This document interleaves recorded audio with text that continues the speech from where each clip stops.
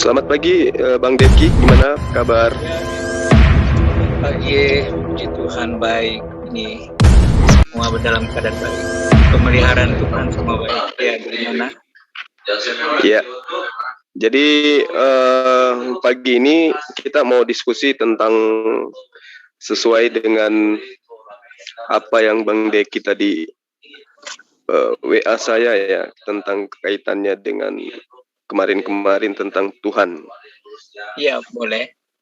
Ya. Karena dia ngerendahin dikasih baru. Dan saya kalau disuruh keluar ini. Baik, jadi materi kita kaitannya dengan Tuhan yang benar itu seperti apa? Iya, iya. Ya, ada lebaran gitu. Oke. Silakan Bang Deki mungkin atau teman-teman bisa ngatur waktunya biar tidak saling tabrak-tabrakan. Mungkin ada yang bisa jadi moderator, Bang Ian mungkin? Atau lagi istirahat ya? Aku lagi persiapan, Bang. Biasa, Bang. Baik. Lanjut ya. Oke. Oh, masa? Adinda Dedi Wijaya mungkin? Dia udah senjata, Pak Mian. Kata dan gitu betul bisa. Coba ini coba maaf. Betah melek ini loh. Ustadz Sugi, tolong Ustadz Sugi. Masa iya guru Unda jadi moderator, nanti kita dimarahi lagi. Nanti dikutuk sama dia jadi batu tawas. Karena waktu saya tidak panjang karena saya harus ke wali kota ini, jadi mungkin cuma berapa menit saja karena saya ada urusan. Tapi mau kita sulang lagi semua. Baik, jadi mungkin kita titok aja Pak Bang. Tok aja yang lagi pakai Ya begitu aja. Iya baik. Ya. Oke, silakan dimulai. Ya silakan. Bang Deki mungkin. Silakan bertanya dulu ke saya nanti. Baik. Jadi saya bertanya kaitannya dengan konsep Tuhan ya. Ya. Saya mengawalinya dari Kisah Para Rasul. Nah, kitab yang Bang Deki pahami. Di situ ada dalil yang mengatakan di dalam Kisah Para Rasul 17 ayat 24 atau Kisah Para Rasul 4 ayat 25 yang muatannya sama ya. Allah yang telah menjadikan bumi dan segala isinya. Kisah Rasul berapa? 17 ayat 24. Ya.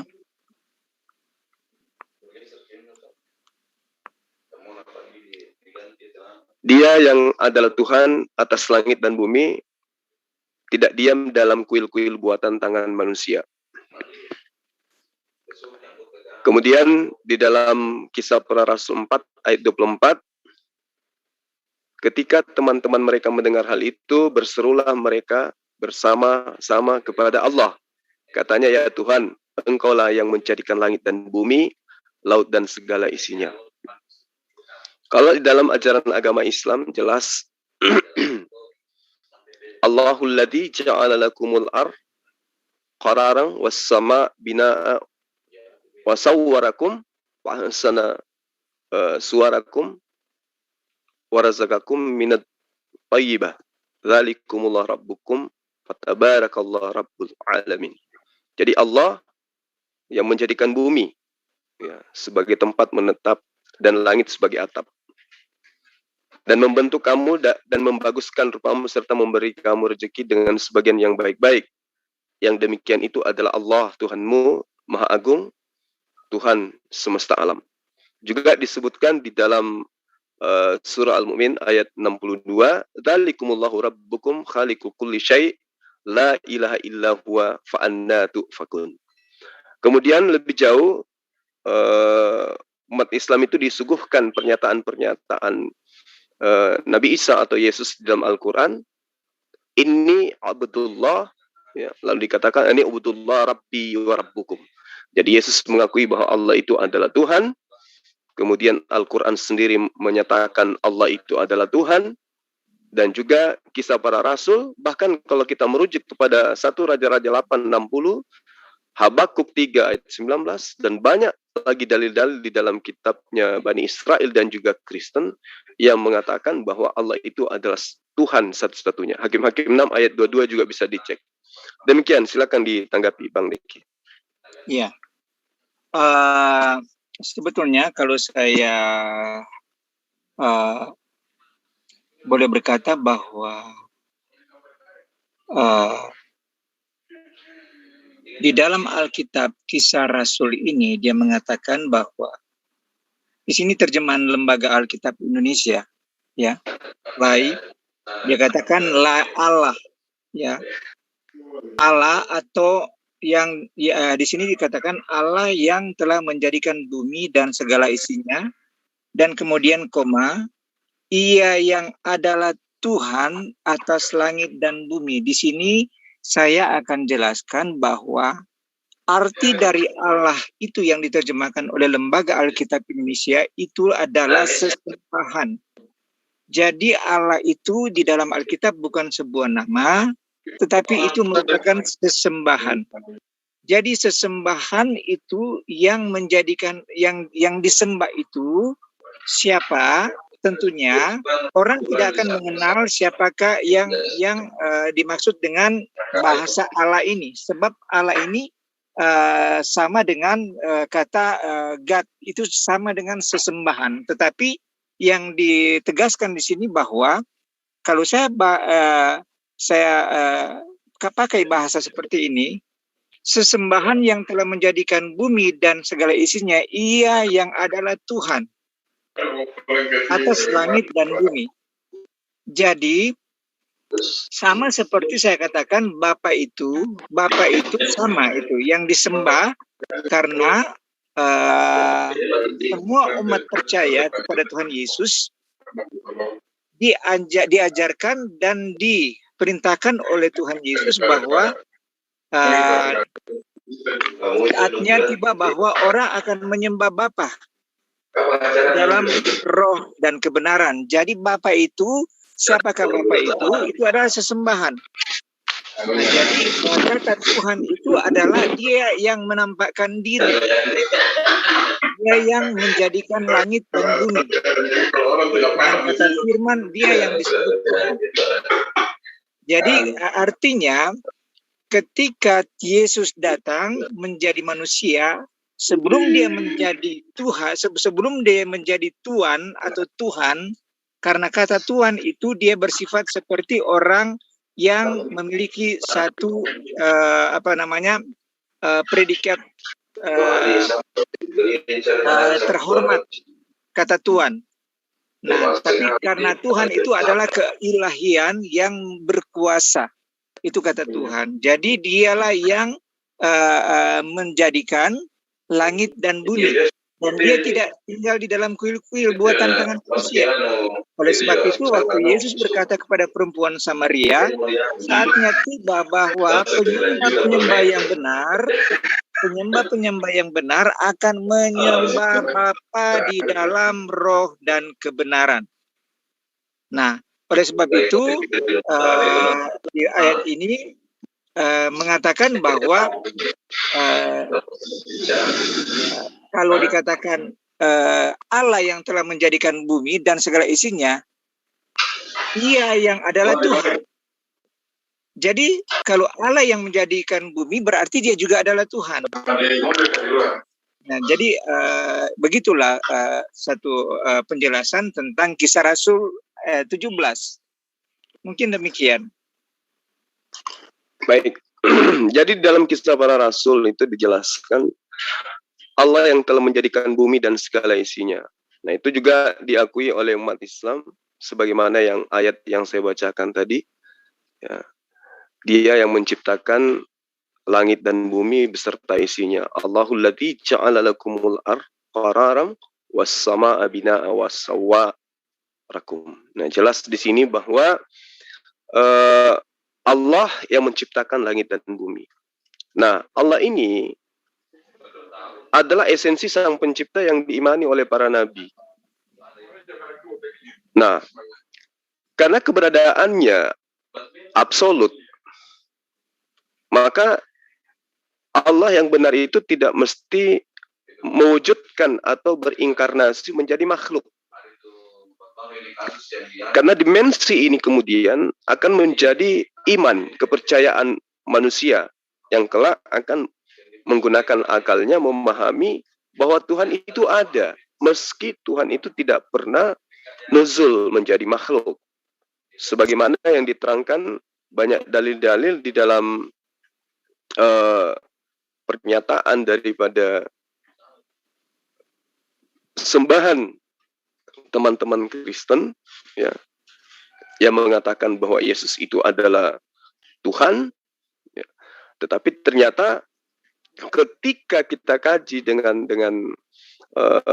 pendekatan akal, jelas sekali bahwa Yesus sendiri menekankan kalau dirinya itu bukan Tuhan, tetapi hanya utusan Tuhan.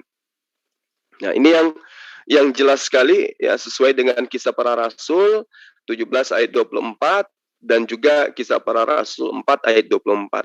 Ketika teman-teman mereka mendengar hal itu, berserulah mereka bersama-sama kepada Allah. Jadi dia tidak berseru kepada Yesus, tapi kepada Allah, kepada Yod-Heh-Vah-Veh atau kepada Hasem atau kepada Adonai. Katanya, ya Rab, ya Tuhan, Engkaulah yang menjadikan langit dan bumi, laut dan segala isinya. Nah, di sini Yesus tidak ada di sini. Yesus di sini bukan sebagai pencipta, melainkan dia itu adalah ciptaan. Kenapa saya mengatakan dia itu adalah ciptaan? Kembali kita membaca Lukas, ya, Lukas 1 ayat 26 sampai ayat 38. Jelas sekali di sana malaikat Gabriel datang menyampaikan berita kehamilan Maria untuk kemudian melahirkan sosok manusia bernama Yesus. Belum lagi ketika kita melihat dalam Matius 1 ayat 18 sampai 25, jelas sekali proses penciptaan Yesus itu melalui adanya proses kehamilan seorang wanita bernama Maria. Jadi jelas sekali seruan dari orang-orang yang ada dalam kitab-kitab terdahulu terhadap Allah sebagai Tuhan pencipta langit dan bumi beserta isinya itu tidak salah. Yang salah kemudian adalah ketika sang pencipta alam semesta ini ditengarai, diimani, berubah, membentuk diri menjadi manusia. Silakan. Ya, inilah yang saya perlu jelaskan bahwa seperti saudara Suma mengatakan bahwa Yesus itu adalah manusia. Tetapi sebenarnya inilah yang saya katakan di dalam Alkitab di Kisah Rasul, saya tetap pakai Kisah Rasul 17 yang saudara kasih, bahwa kalau juga Muslim memakai Allah yang telah menjadikan bumi dan segala isinya, itu bisa diklaim. Tetapi jika tidak ada yang menjadikannya, sebab di dalam Alkitab terlalu lengkap sekali dia punya penjelasan. Karena apa?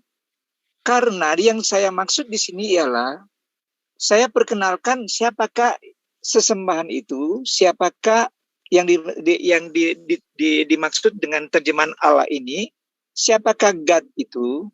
Dia adalah sosok yang tidak kelihatan, atau kata lain di dalam Alkitab mengatakan bahwa Tuhan itu roh, ya, di dalam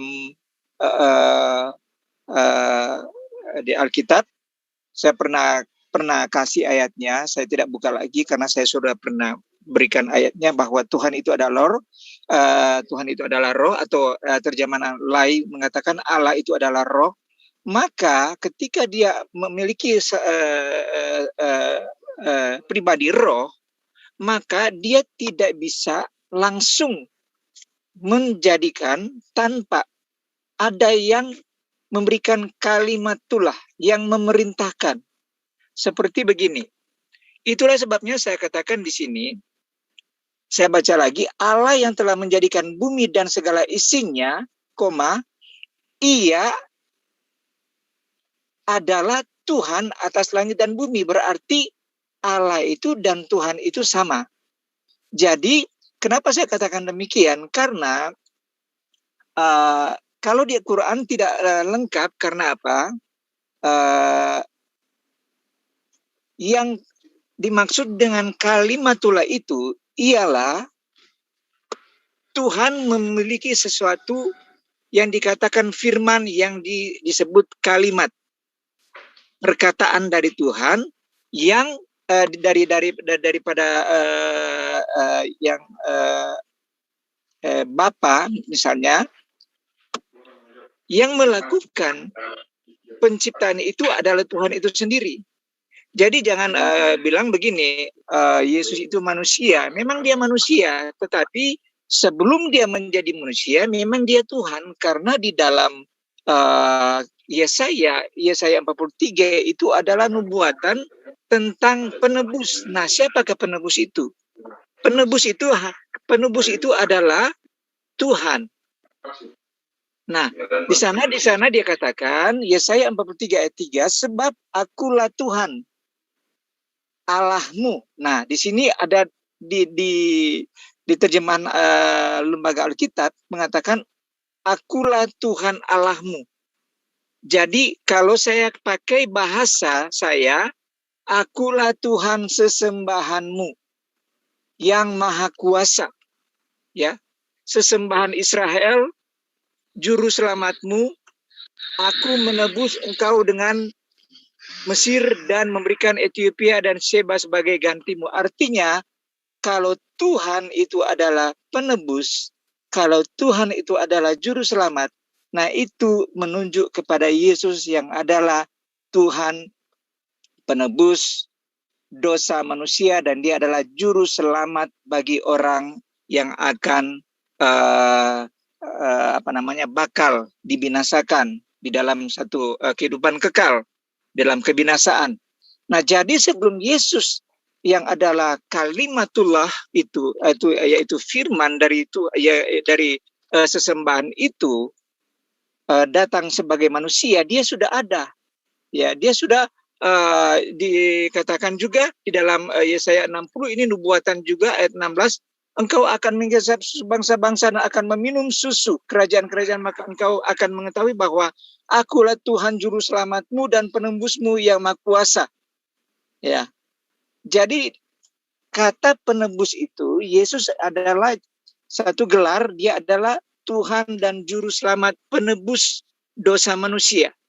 Nah, jadi kalau mau dikatakan Yesus manusia, di saat 3,5 tahun dia bekerja, itu dia sebagai manusia. Tetapi ketika kita baca, ketika dia selesai melakukan semua pekerjaannya, maka di dalam kitab Wahyu, ini kitab terakhir dari kitab Injil yang menutup kitab Injil, di sana dia di kitab Wahyu 22 ayat 6, perikopnya ialah kedatangan Tuhan Yesus. Dia berkata demikian, lalu ia berkata kepadaku, perkataan-perkataan ini tepat dan benar dan Tuhan. Nah, kita lihat sesungguhnya ayat 7, sesungguhnya aku datang segera, berbahagialah orang yang menuruti perkataan-perkataan nubuatan kitab ini. Dalam ayat yang ke-12 di situ dia katakan sesungguhnya aku datang segera. Ini kata Yesus. Berarti dia bukan manusia lagi.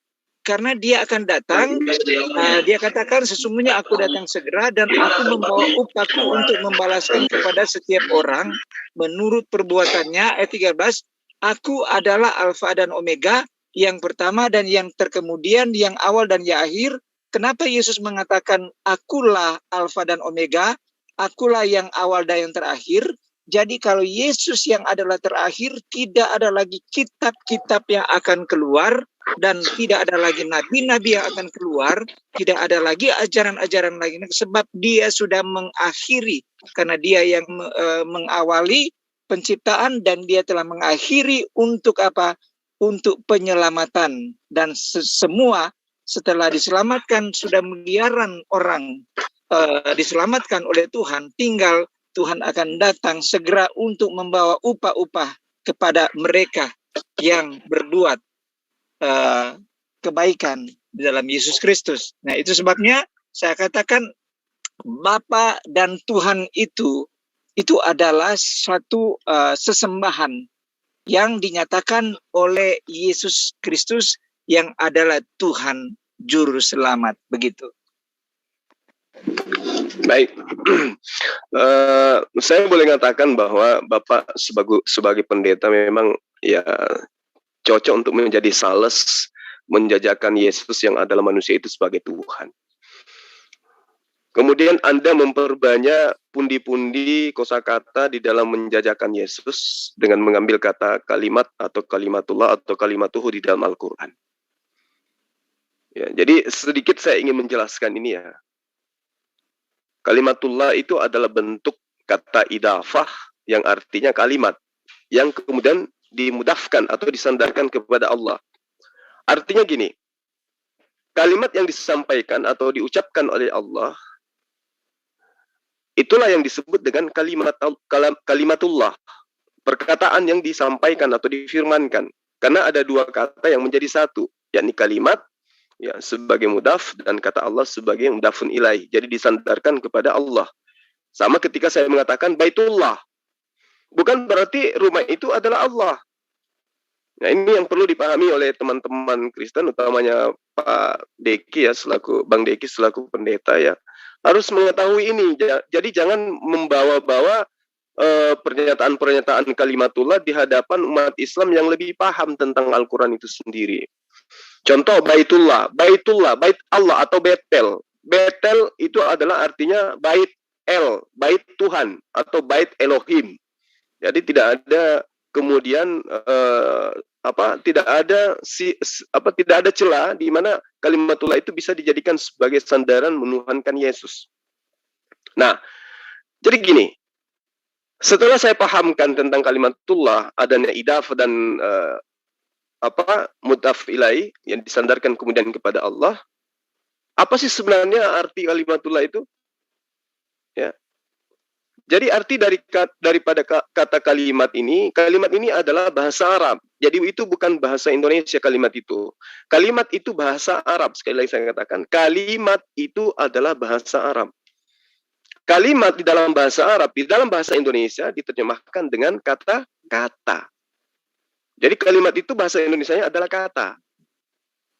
Nah, sementara kalimat ini itu dipahami dengan agama Kristen dan juga Islam sebagai firman atau perkataan Allah. Kalimatullah artinya perkataan Allah. Di dalam bahasa Arab seperti yang saya katakan tadi, kalimat itu artinya adalah kata. Dan Allah itu adalah esensi sang pencipta yang berkata. Jadi kalimatullah adalah perkataan Allah. Ini perlu dicatat. Bahwa dalam kalimat, bahwa kata kalimat dalam bahasa Arab itu berbeda dengan kalimat dalam bahasa Indonesia. Kalau kalimat di dalam bahasa Indonesia itu adalah kumpulan beberapa kata. Kalau kalimat dalam bahasa Arab itu artinya kata atau perkataan. Nah, jika dalam bahasa Arab kalimat berarti kata, maka dalam bahasa Indonesia artinya kumpulan kata. Sedangkan kumpulan kata dalam bahasa Arab itu disebut jumlah. Jadi ini yang harus dipahami. Ya, jadi saya ulang supaya tidak bingung. Dalam bahasa Arab kalimat itu artinya kata. Sedangkan jumlah itu juga bahasa Arab, artinya kumpulan kata yang membentuk kalimat. Jadi menurut kaidah bahasa, maksud dari kalimat ya di dalam Al-Quran yang merujuk kepada Allah yang menerangkan tentang Yesus itu adalah secara spesifik adalah satu kata dari Allah. Kata itu adalah kun. Ya, ketika dia katakan bahwa hamillah Maria, hamil Maria itu. Wa kalimatuhu alqaha ila Maryam. Jadi kalimat yang datang kepada Maryam. Apa itu? Allah ingin kamu hamil. Ya udah selesai, hamillah Maria itu. Nah, kemudian bagaimana berubah menjadi Tuhan? Menjadi Tuhan karena adanya konsep ya yang dibawa oleh pengaruh dari Yunani Romawi yang berkuasa pada masa itu. Makanya jangan heran ketika yang terjadi kita lihat Kristen itu bukan berasal dari tanah Israel, bukan dari pengajaran Yesus itu sendiri, tapi berasal dari pengajaran orang-orang Roma ya yang menginginkan konsep sembahan mereka terhadap dewa matahari itu diteruskan dengan menggunakan bahasa yang boleh saya katakan dengan menggunakan konsep ajaran yang memang sudah mereka anut, mereka campur adukkan dengan ajaran Yesus, kemudian lahirlah Kristen itu sendiri. Nah, ini saya harus sampaikan. Kemudian kaitannya dengan wahyu. Akulah Alfa dan Omega. Jangan sampai dilupakan ayat pertama. Kalau Yesus itu kemudian dianggap sebagai Tuhan karena ada pernyataannya, akulah Alfa dan Omega. Ayat pertamanya itu jangan dibuang, jangan langsung terbang ke situ. Ayat pertamanya kan jelas, inilah wahyu inilah wahyu dari Yesus yang dikaruniakan Allah kepadanya. Berarti Yesus itu menerima wahyu. Dia dikaruniakan wahyu dari Allah untuk Yesus sampaikan. Makanya di dalam Yohanes 12 ayat 49, Yesus dengan terang mengatakan, aku tidak bisa berkata-kata dari diriku sendiri. Apa yang aku katakan adalah apa yang diperintahkan oleh Bapa untuk aku katakan. Jadi tidak ada pembenaran yang bisa dibenarkan menjadi sebuah konsep kebenaran dengan akulah Alfa dan Omega. Karena aku dan Alfa dan Omega itu adalah firman Allah yang dikaruniakan oleh Allah kepada Yesus untuk Yesus sampaikan kepada kaumnya. Inilah wahyu Yesus yang dikaruniakan Allah kepadanya. Nah tuh, supaya ditunjukkannya kepada hamba-hambanya apa yang harus segera terjadi. Jadi Yesus itu diperintahkan oleh Allah untuk menyampaikan firman itu kepada hamba Allah, yaitu Bani Israel. Nah makanya Yesus mengatakan, aku ini tidak berkata dari diriku. Apa yang aku katakan adalah apa yang diperintahkan oleh Tuhanku untuk aku sampaikan. Makanya saya mengawali diskusi kita hari ini dengan merangsang otak Bang Deki untuk memahami bahwa Tuhannya Yesus itu adalah Tuhan yang Maha Pencipta langit dan bumi, termasuk menciptakan Yesus. 1 Raja-Raja 8:60, supaya segala bangsa di bumi tahu bahwa Tuhanlah Allah dan tidak ada yang lain. Tidak ada yang lain. Jadi kalau misalnya Yesus itu juru selamat, dia adalah yang menyelamatkan, itu adalah konsep dari gereja. Yesus itu boleh sebagai juru selamat, tapi hanya untuk Bani Israel. Juru selamatnya seperti apa? Ketika Bani Israel mengakui Yesus itu adalah utusan Tuhan. Orang-orang yang tidak mengakui Yesus sebagai utusan Tuhan tidak selamat, Pak. Mau lari kemanapun mereka beribadah, mau seperti apapun iman mereka, kalau tidak mengakui Yesus itu adalah utusan Tuhan, tidak bakal selamat. Ya, sekali lagi saya tekankan, orang-orang Yahudi, orang-orang Yudaism yang hadir hari ini, yang tidak mengakui Yesus atau Nabi Isa alaihissalam sebagai utusan Tuhan, mau dia menyembah kepada Hasem, mau dia menyembah kepada Elohim, mau menyembah kepada siapapun yang kemudian menciptakan langit dan bumi, tidak akan diterima kalau dia tidak menjadikan Yesus itu atau Nabi Isa itu sebagai utusan Tuhan. Hanya Islam yang mengaku itu. Ya, kalau orang Kristen mengakui Yesus utusan, mulutnya, tapi perilakunya dalam kehidupan keberagamaannya tidak, malah mengakui Yesus itu adalah Tuhan itu sendiri.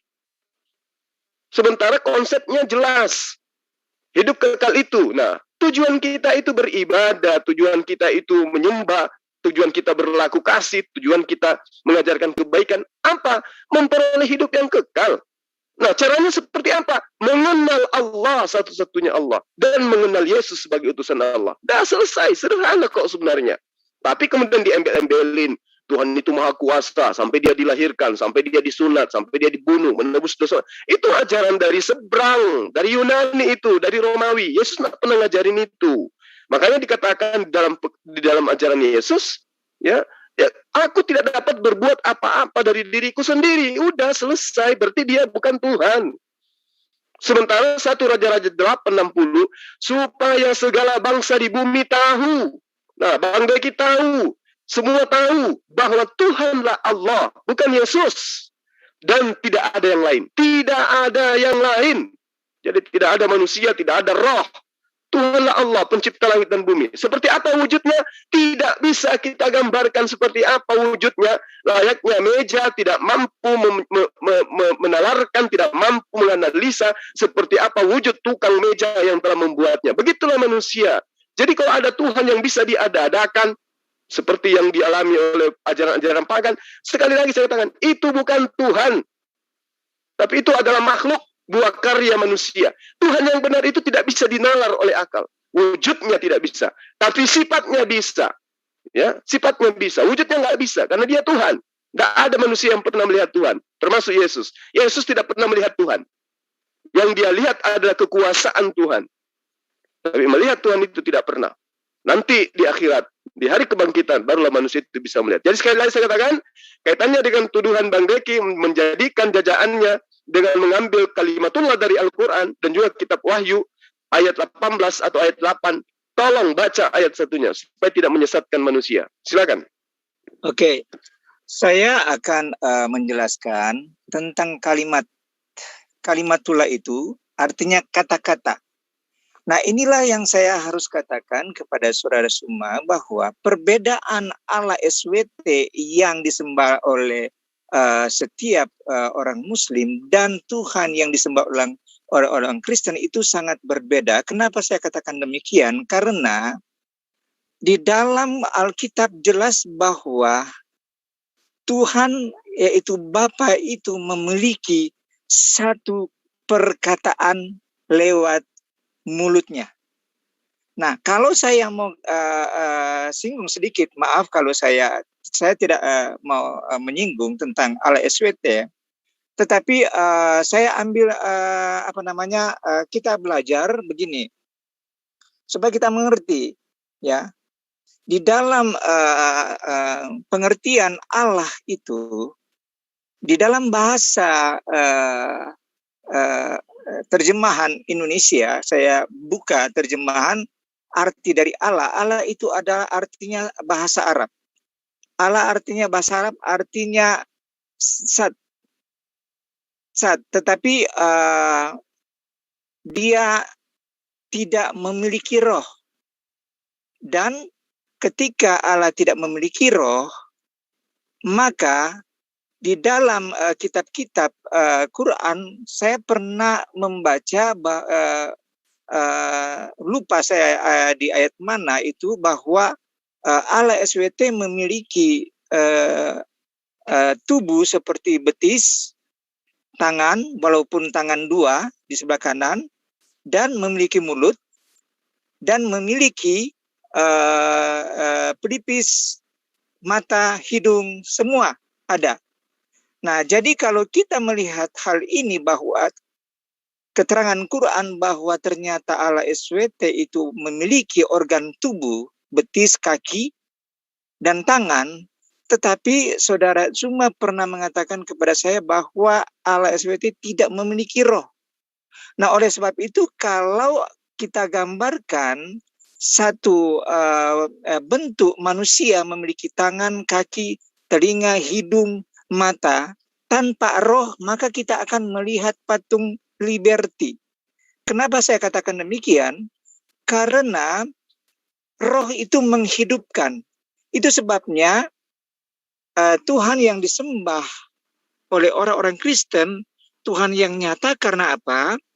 Karena walaupun Tuhan yang disebut Allah terjemahan lembaga Alkitab, yaitu Bapa, tidak kelihatan, tetapi dia memiliki mulut untuk memperkatakan. Karena Allah terjemahan lembaga Alkitab itu adalah roh, maka dia nyatakan satu mulutnya dia bawa kepada Yesus Kristus. Itu sebabnya saya mungkin ayat ini sudah tidak asing bagi saudara, karena di dalam Yohanes 14 ayat 8 di sana dia katakan, kata Filipus kepadanya, kepada Yesus, Tuhan, tunjukkanlah Bapa itu kepada kami, itu sudah cukup bagi kami.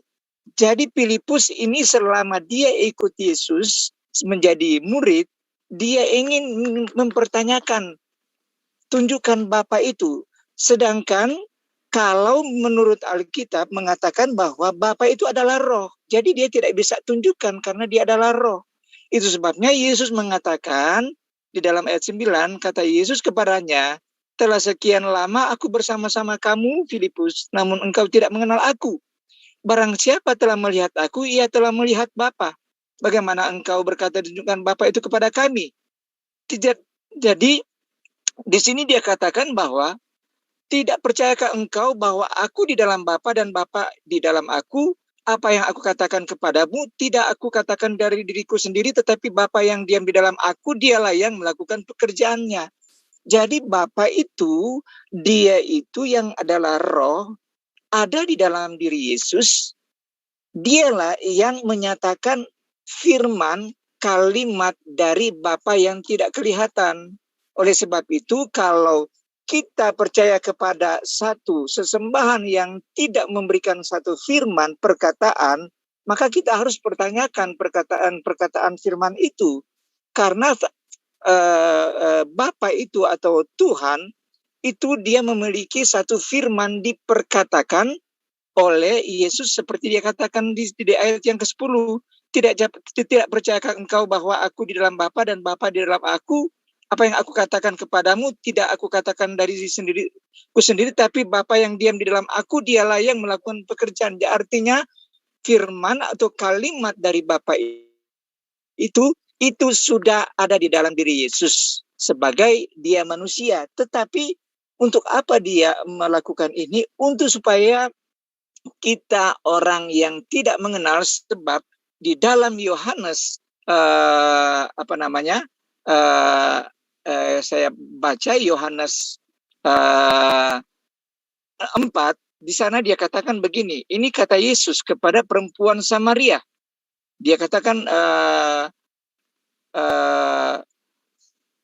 di sini dia katakan Yohanes 4 ayat yang ke-21, kata Yesus kepadanya, kepada perempuan Samaria, percayalah kepadaku. Ini kata perempuan, kata Yesus kepada perempuan, percayalah kepadaku, hai perempuan, saatnya akan tiba bahwa kamu akan menyembah Bapa, bukan di gunung ini dan bukan juga di Yerusalem. Nah, ini menunjukkan bahwa saatnya bahwa orang tidak akan menyembah Bapa lagi di gunung-gunung. Dan di ayat 22, kamu menyembah apa yang tidak kamu kenal. Kami menyembah apa yang kami kenal, sebab keselamatan datang dari bangsa Yahudi. Tetapi saatnya akan datang bahwa sudah tiba sekarang. Ini perkataan Yesus pada waktu itu, bahwa penyembah-penyembah benar akan menyembah Bapa dalam roh dan kebenaran, sebab Bapa mengkehendaki penyembah-penyembah demikian. Allah itu roh. Barang siapa menyembah dia, harus menyembahnya di dalam roh dan kebenaran. Jadi pernyataan Yesus ini mengatakan bahwa kalau ada orang yang menyembah Tuhan yang mereka tidak kenal, karena tidak ada kalimat perkataan yang diberikan oleh Allah itu sendiri. Nah, di dalam Alkitab jelas Allah yang tidak Allah terjemahan lembaga Alkitab itu, ya.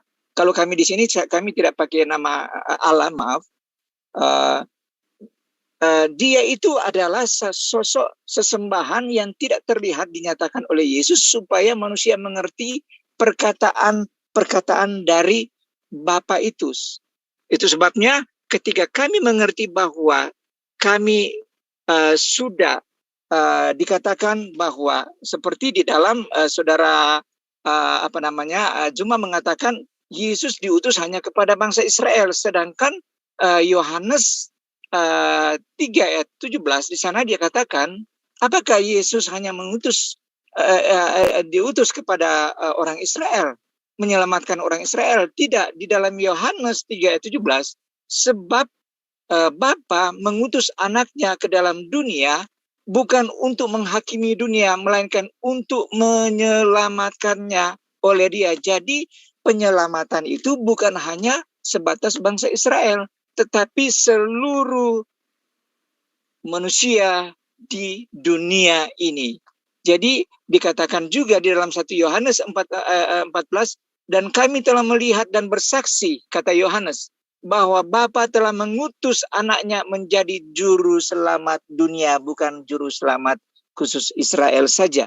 Oleh sebab itu, pahamilah bahwa sesembahan yang benar ketika kita mendengar perkataan Tuhan, walaupun Tuhan tidak kelihatan, tapi dinyatakan di dalam Yesus Kristus, dan dialah yang hidup di dalam Bapa itu, Bapa hidup di dalamnya. Oleh sebab itu, kami percaya bahwa tidak ada ajaran yang sempurna seperti ini selain daripada perkataan Yesus Kristus. Minta maaf karena saya sudah ada panggilan untuk ke kantor wali kota. Saya sudahi dulu, nanti kita sambung lagi. Minta maaf. Yang penting kita sudah berikan satu penjelasan biar kita, ya, kalau kita memiliki pikiran akal sehat, kita akan menerima mana yang sebenarnya. Oke. Minta maaf sekali lagi, nanti kita sambung lagi, saudara semua. Selamat menunaikan ibadah puasa dan selalu jaga kesehatan. Tuhan Yesus memberkati. Oke, jadi silakan Bang Deki kalau mau ada kegiatan. Saya lanjut sedikit ya, saya untuk meluruskan. Maaf, saya keluar dulu ya. Saya sudah ya. itu ya. Oke ya. Baik. Oke. Ya, jaga kesehatan ya, saudara semua. Baik, Ya. Bang Deki, Abang juga.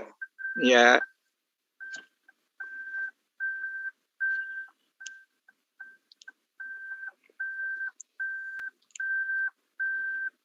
Oke, saya luruskan kembali ya. Di dalam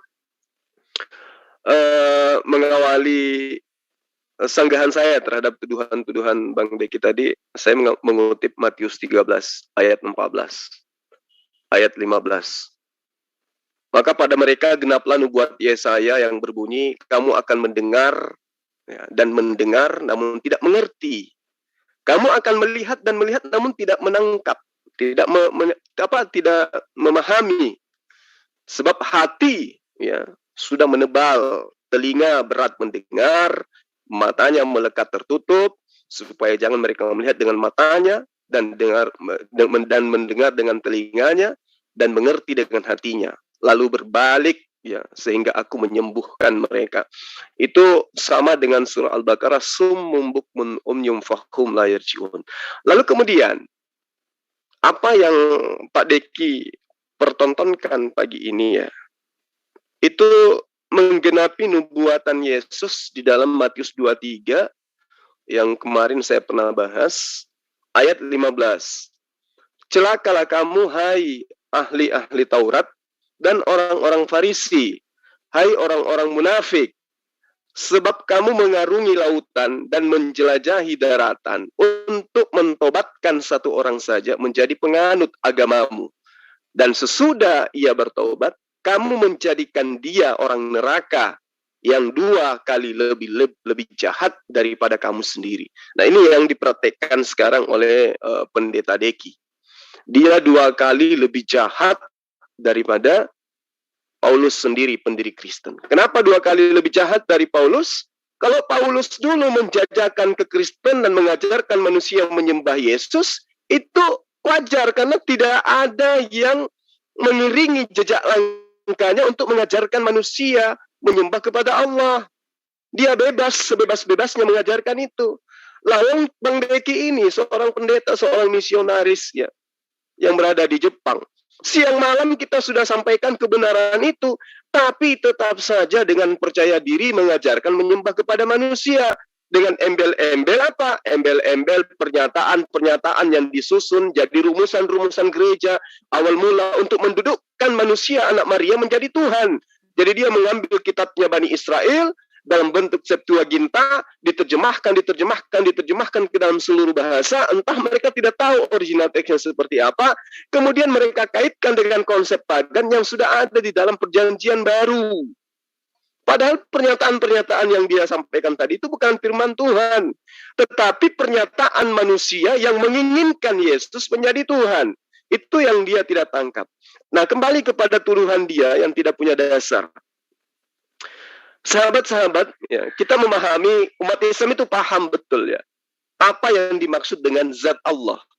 Dan tidak ada satu dalil pun di dalam Al-Quran yang mengatakan bahwa Allah itu adalah zat.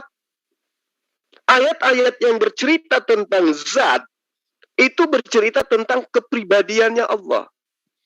Jadi istilah zat ini, itu memang sering kita dengar di dalam kajian-kajian literatur Islam. Namun kita harus memahami bahwa zat yang dimaksud di sini bukan zat. Kalau zat itu bahasa Indonesia, sementara zat itu yang dimaksud zatullah itu adalah bahasa Arab. Zat artinya pribadi atau esensi atau hakikat Allah. Jadi kalau ada pernyataan zatullah atau zat Allah, berarti bercerita mengenai pribadi Allah. Berarti bercerita tentang esensi Allah. Bukan berarti Allah itu zat yang kemudian memiliki unsur materi, bukan. Nah, kalau misalnya tadi Pak Deki, ya seingat saya ada dia katakan Tuhannya umat Islam itu seperti ini, dia punya tangan, dia punya hidung, dia punya kening, dia punya dan seterusnya. Sudah sering kali saya jabarkan, sudah sering kali saya sampaikan. Di dalam Yesaya 55 ayat 11, segala firman yang keluar dari mulut Allah. Nah, sekarang apakah kemudian orang-orang Yahudi, orang-orang Israel mengimani bahwa Tuhannya mereka itu memiliki mulut layaknya mulut manusia? Tentu tidak. Jadi Allah itu menyampaikan firman menggunakan bahasa yang bisa dipahami oleh manusia. Allah mengatakan mulut supaya manusia itu memahami bahwa Allah itu mampu berkata-kata. Karena manusia memahami orang bisa berkata itu dengan mulut. Allah mengatakan memberi dengan tangan. Supaya manusia itu tahu bahwa manusia itu punya tangan. Tangan itu manfaatnya, gunanya untuk memberi. Jadi Tuhan itu maha memberi. Dia memiliki tangan. Allah menjelaskan kepada manusia, dia maha melihat. Manusia paham, melihat itu dengan mata. Maka Allah mengatakan, Allah itu maha melihat dengan mata. Supaya manusia itu mengerti. Jadi Allah ketika digambarkan sesuai dengan dalil, tidak digambarkan seperti makhluk. Oh, maha melihat, berarti dia punya kuping. Oh, dia punya wajah. Oh, dia punya kaki. Dan seterusnya. Tidak seperti itu. Tapi ini adalah materi berat yang harus memiliki tempat khusus untuk mengkaji supaya bisa dipahami. Nah, kemudian saya hanya ingin menyampaikan gini. Siapapun kita, itu perlu memahami terlebih dahulu, utamanya teman-teman Kristen, bahwa memang benar banyak kosakata bahasa Arab yang diserap ke dalam bahasa Indonesia. Nah, walaupun demikian, meski diserap dari bahasa Arab, hal itu tidak menunjukkan bahwa kosakata itu memiliki makna yang sama. Tidak berarti bahwa kata yang diambil dari bahasa Arab itu memiliki definisi baik etimologi, terminologi yang sama antara bahasa yang digunakan oleh orang Indonesia dengan bahasa yang asalnya dari Arab. Contoh nih, saya kasih contoh yang sangat sederhana.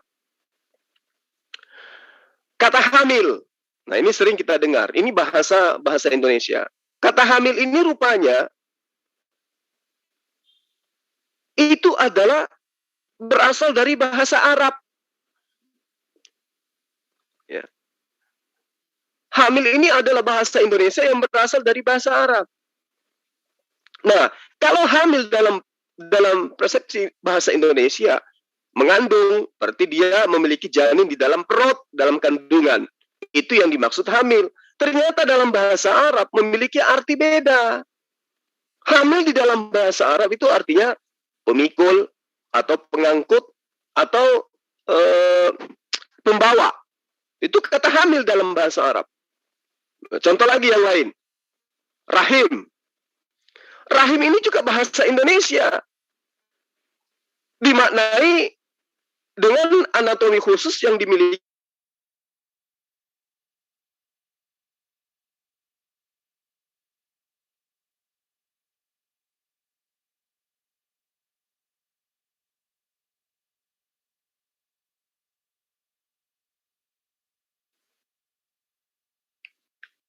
Jadi beda.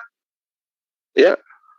Rahim itu bahasa Indonesia yang asal-usulnya dari bahasa Arab. Kalau orang Indonesia memaknai rahim, artinya bagian kandungan wanita.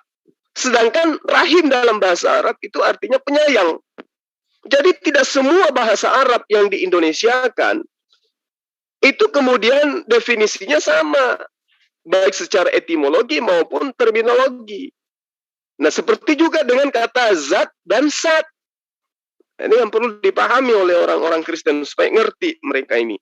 Mereka harus diberikan pemahaman yang lebih dalam lagi supaya tidak menjajakan sesuatu yang basi ya, bagi umat Islam, tapi mereka menganggap itu masih segar. Sama juga dengan kata apa tadi? Kata kalimat dan juga jumlah. Ini juga perlu dipahamkan seperti apa yang dijajakan oleh misionaris ya, Bang Deki tadi. Kata kalimat dalam bahasa Indonesia, kalimat adalah rangkaian kumpulan kata. Ada subjek, ada predikat, ada anak kalimat, ada induk kalimat. Itu kalimat dalam bahasa Indonesia. Namun kalimat atau kalimat dalam bahasa Arab itu artinya cuma satu, yaitu kata.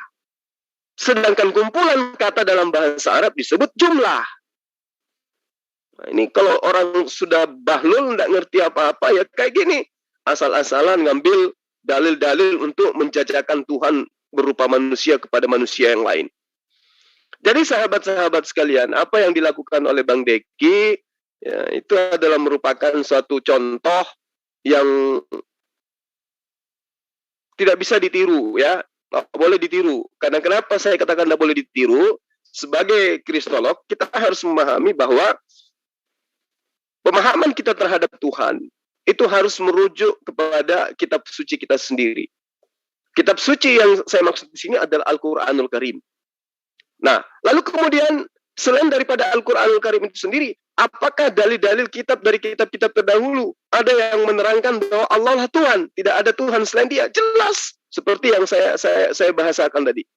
Ya, Kisah Raja-Raja 8 ayat 60. 1 Raja-Raja 8 ayat 60. Supaya segala bangsa di bumi tahu bahwa Tuhanlah Allah, tidak ada yang lain. Di sini tidak dituliskan Tuhanlah Yesus. Tidak ada. Yang ada adalah supaya segala bangsa di bumi tahu bahwa Tuhanlah Allah, tidak ada yang lain. Kisah Para Rasul 17 ayat 24, Allah yang telah menjadikan bumi dan segala isinya. Tidak dikatakan Yesus yang telah menciptakan bumi dan segala isinya. Tidak ada. Kisah Para Rasul 4 ayat 24. Ya Tuhan, Engkaulah yang menjadikan langit dan bumi, laut dan segala isinya. Ya, mereka menyeru kepada Allah dengan seruan, Ya Tuhan. Artinya Allah diseru dengan Tuhan. Sementara Yesus itu diseru dengan apa? Seruan apa? Guru dan Tuhan. Karena dia adalah manusia. Lalu bagaimana dengan Tuhan yang ketika dia menyeru kepada Sang Pencipta alam semesta? Dia berseru, Ya Tuhanku, ya, aku akan pergi kepada Allahku dan Allahmu, kata Yesus. Jadi tidak ada celah yang bisa kemudian dijadikan sebagai pembenaran untuk membenarkan konsep Yesus itu adalah Tuhan. Saya sudah menjelaskan bahwa Yesus jangankan menjadi Tuhan, disebut baik saja dia tidak mau. Jangankan disebut Allah, disebut sebagai anak Allah saja dia tidak suka, dia malah marah. Saya sudah beberapa kali menyampaikan bahwa yang menyebabkan kemudian miliaran manusia menyembah Yesus itu adalah bisikan iblis yang dititipkan terhadap kepada pengarang-pengarang kitabnya orang Kristen. Ini sudah sering saya sampaikan, ya, sudah sering saya uraikan. Mudah-mudahan teman-teman di luar sana bisa memahami dengan baik bahwa ketika datang kepada kalian penjual-penjual Yesus, penjajah-penjajah manusia untuk dituhankan, tolak dia dengan mengatakan Yesus pun mengajarkan menyembah hanya kepada Allah. Yesus tidak pernah mengajarkan untuk menyembah kepada dirinya. Nah, tolak mereka dengan pernyataan-pernyataan yang saya sampaikan pada setiap sesi diskusi dengan pendeta-pendeta Kristen. Lalu kemudian sekali lagi saya simpulkan, ya, para sahabat sekalian. Hari ini kita sudah membuktikan bahwa Allah Subhanahu wa Ta'ala yang Maha Suci lagi Maha Tinggi tidak bisa digeser posisinya menjadi bukan Tuhan hanya karena jajaan orang-orang yang bahlul, orang yang tidak ada ilmu, hanya asumsi dan kepenuhan Roh Kudus. Ya, bukan Roh Kudus tapi Roh Fulus. Jadi kembali kepada dasar pijakannya mereka.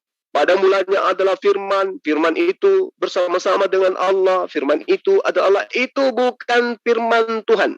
Lalu kemudian di ayat selanjutnya, firman itu telah menjadi manusia. Harusnya mereka ganti, firman itu telah menjadi perpuluhan. Karena dengan firman itu menjadi perpuluhan, maka lancar perpuluhan di mana-mana ketika Yesus dijajakan adalah Tuhan Juru Selamat. Sekali lagi saya ingin sampaikan, Yesus menyebut dirinya dengan sebutan anak manusia. 30 kali, tolong dicatat, 30 kali menyebut dirinya sebagai anak manusia di dalam Gospel Matius, 14 kali menyebut dirinya sebagai anak manusia di dalam Gospel Markus, 27 kali menyebut dirinya sebagai anak manusia di Gospel Lukas, 14 kali menyebut dirinya sebagai anak manusia di Gospel Injil, di Gospel Yohanes, dan tidak pernah sekalipun dia mengatakan dirinya sebagai anak Allah.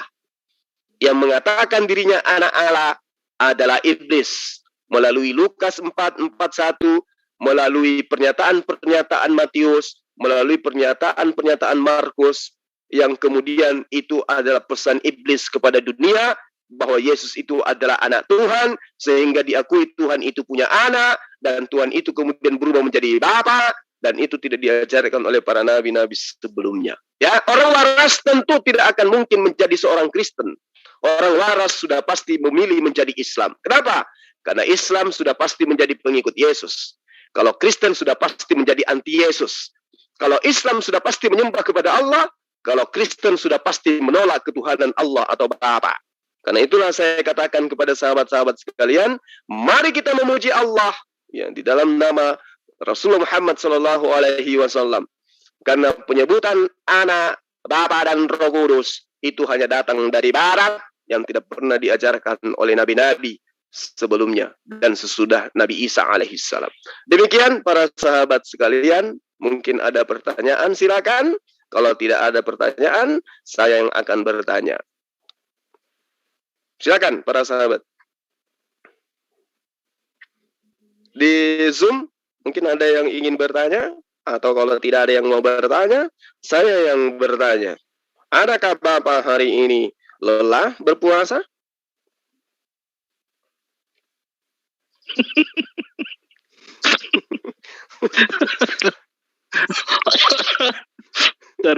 Kesal saya, Bang, kesal saya. Kenapa saya tidak kesal? Lalu tiap harinya saya di chat, di japri sama Pak Deki. Tuhan, Tuhan, Tuhan, Tuhan. Dosamu besar karena kamu menyembah bukan Tuhan. Bang Suma tidak mengerti Tuhan. Giliran dikasih waktu untuk nyembrung di sini. Alasannya mau ketemu wali kota lah, wali kelas lah. Aduh, capek. Jadi saya bingung, Bang. Dari yang dibuka dari beberapa ayat nggak ada satupun mengaku bahwa Tuhan, Yesus itu Tuhan. Dari mana coba? Aduh. Itu dia yang dia jajakan itu ya konsep pagan. Konsep pagan. Mau sampai kapanpun, sampai kumisnya itu pindah di dagu, tidak akan pernah bisa menjadikan Yesus itu Tuhan. Kaplingnya Yesus sudah ketahuan, kapling Yesus itu sebagai manusia udah selesai. Ya, mau kita larikan kerana dalil pun, ya hanya ada apa lagi ya ceritanya. Kalau kita larikan kerana dalil, kabur dia. Mau secara akal kabur juga dia. Ada jalan. Ada jalan, Bang. Cobalah kita lihat kemarin, seorang dokter pun yang kalau kita berpikir, wah dokter ini pasti ada amunisi baru, pasti ada ilmu baru. Ujung-ujungnya asumsi juga dia. Mau dokter, mau apapun titelnya asumsi juga kan. Gak ada apa-apanya ilmu mereka itu tentang Tuhan. Susahnya di mana? Karena yang mereka jadikan Tuhan itu adalah manusia. Gimana ceritanya? Yang sekarang orang semua sudah cerdas. Membedakan manusia dengan pencipta itu semua juga orang sudah tahu. Ini masih gagah-gagahan ngajarin, wah segala firman itu berasal dari Yesus. Di mana dalilnya? Kalau dulu tahun 90-an, tahun 2000 ke bawah, mungkin bisa. Sekarang nggak bisa. Orang semua sudah pintar. Mau mencari dalil dari manapun sumbernya, mau loncat ke kata zat, mau loncat ke kata kalimat, nggak bisa. Orang Islam lebih paham Al-Quran, lebih paham kitab-kitab terdahulu. Lalu yang mereka jajakan cuma doktrin dogma. Kalau mau menjadi seorang Kristen sederhana sebenarnya, ya, buang akal sehat, pasti menjadi Kristen. Tapi kalau mau jadi orang Muslim pengikut Yesus, harus menggunakan akal. Itu. Silakan Bang, kalau ada yang mau ditanyakan atau kalau tidak saya bertanya kepada Betah Melek. Aduh. Ini Betah Melek nih kayaknya tadi udah agak ngorok-ngorok Bang. Pas iya, abang pasti. mau masuk, assalamualaikum, dia jawab waalaikumsalam, alhamdulillah. Saya lagi di kamar mandi itu mau siap-siap, ini udah nyampe, itu Bang. Masya Allah. Alhamdulillah, ada artian kemarin dokter begitu.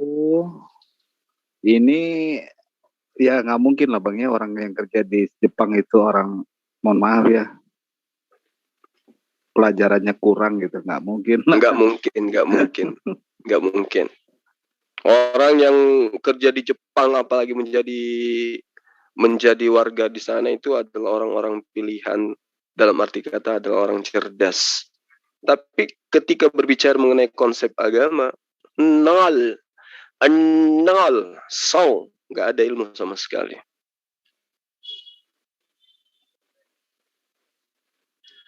Apa itu firman, apa itu perkataan, apa itu wujud, nggak jelas. Ya Nggak Bang, ngerti mohon maaf, mereka. bukan saya nggak ada pertanyaan. Soalnya gini, apa yang harus ditanyain lagi Bang, udah jelas. Udah jelas. Saya senang kali lah punya sahabat kayak gini. Ya. Alhamdulillah. Ya, nanti kita masih bisa berkomunikasi, itu aja lah. Malah artian teman saudara-saudara kita Kristen lebih mengenal apa tentang firman sampai saat ini, apa itu si firman. Mungkin firman bersama-sama si Ucok sama si Tompel kayak. Iya. Yang pada intinya keberadaan kita selaku kristolog itu semata-mata untuk membentengi akidah umat Islam dari ajaran-ajaran pagan. Itu aja. Tugas kita adalah menjaga umat ini dari rongrongan ajaran pagan yang diajarkan dengan segala macam metode ya, yang terkadang kita sendiri tidak sadar, tiba-tiba tetangga kita sudah murtad. Jadi keberadaan kita itu di situ, menjaga umat dari misi kristenisasi. Jadi bukan atas dasar kebencian. Keberadaan kita di sini karena kita sayang pada mereka. Bayangkan, kalau mereka mati dalam kekafiran, kekufuran, kekal di dalam neraka. Kalau umat Islam mati di dalam keislamannya, tidak ada dalil di dalam kitabnya mereka yang mengatakan umat Islam itu kekal di dalam neraka. Nggak ada. Orang-orang yang tidak menuhankan Yesus itu tidak pernah dikatakan di dalil kitab mereka akan kekal di neraka. Nah, sebaliknya, Al-Quran dengan terang mengatakan mereka akan kekal selama-lamanya di neraka. Semalam ada dialog kecil ya. Saya merasa lucu aja gitu. Ketika saya berdiskusi dengan orang yang sudah mu'alaf semalam di markas, kita ada coba cari tahu apa yang menyebabkan Anda menjadi seorang Muslim, ya, menjadi seorang mu'alaf. Dia adalah perawat. Dia katakan gini, saya itu pertama jatuh cinta ke Islam karena saya melihat orang sholat itu mau dia apapun pangkatnya, ya, dia tidak mesti harus duduk di depan. Sujud sama sujud, berdiri sama berdiri, ruku sama ruku. Kemudian mereka beribadah itu 5 kali sehari itu tanpa henti, tidak ada lelahnya. Sementara kami cuma sekali seminggu. Gimana mau selamat ke dia gitu? Sekali seminggu. Nah, itulah intinya di situ. Nah, ketika dia menjadi seorang mu'alaf, dia ditanyai sama teman-teman Kristen mereka, Kristennya dia. Namanya siapa semalam itu anak dek? Yang mualaf itu siapa? Panggilannya Ray ya. Jadi saya tanya, orang Manado. Jadi saya tanya, Cowok, cewek, jadi Bang, ini, Bang. cowok, Cewek, cowok. cowok. Oh, iya. Dia perawat di Silakan. Universitas Hasanuddin. Jadi semalam itu ada 7 mualaf yang datang di markas. Jadi saya tanya, apa yang Anda jawab ketika teman Anda itu menyatakan bahwa dia ditanya sama teman-teman Kristennya, kok kamu bisa masuk menjadi agama Islam, kata dia. Kamu membuat Tuhan Yesus marah, kata dia gitu. Islam itu berat, kamu harus sembahyang 5 kali sehari, itu berat, apa kamu bisa? Nah, saya sebenarnya tergelitik dengan pernyataan itu, Bang. Saya pingin ketawa dengarnya. Kenapa saya pingin ketawa? 5 kali sehari, dia katakan itu berat. Capek katanya. Yang saya bayangkan itu di surganya mereka. Di surganya mereka itu kerjanya cuma apa? Tepuk tangan. Memuji Tuhan. Coba. Tepuk tangan, memuji Tuhan. Lalu apa lagi? Tepuk tangan, memuji Tuhan, bersorai-sorai untuk Tuhan. Dan itu dilakukan istilahnya? Dalam keadaan kekal. Coba. Jadi tepuk tangan dalam keadaan kekal itu apa nggak pegal itu ya? Coba. Sementara 5 kali sehari katanya itu sangat berat. Lalu di kehidupan kekal nanti hanya memuji. Haleluya, haleluya, haleluya, haleluya, haleluya, haleluya, haleluya. Itu gimana tidak capek itu? Sehari aja kita lakukan itu. Haleluya, haleluya, haleluya, haleluya, haleluya. Apa bisa? Apalagi dalam kehidupan kekal. Kehidupan kekal itu artinya tidak ada akhirnya dan itu aja terus dilakukan. Mending saya tamasya di tempat wisata saya daripada ke surganya Kristen. Ya. Di tempat wisatanya saya ya meskipun masih ada babi hutan, masih ada binatang buas, tapi ya saya bisa terhibur selaku manusia. Tapi kalau masuk surga hanya memuji Tuhan selama-lamanya, tidak ada apa-apanya itu. Haleluya, haleluya, haleluya, haleluya, haleluya, haleluya, haleluya, haleluya. Bisa-bisa kalau dia keterusan, gila lu ya, gila lu ya, gila lu ya. Nauzubillah konsep seperti ini. Kita ketakutan.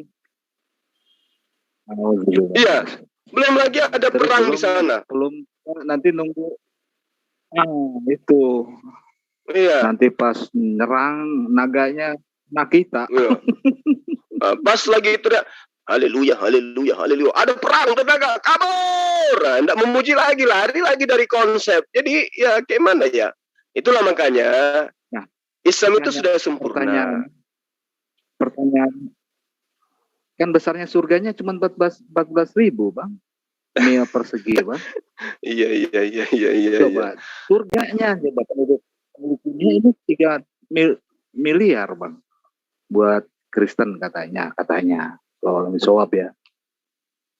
Coba apa nggak bingung tuh? Itulah makanya gitu. Saya mau bikin sayembara deh, Bang.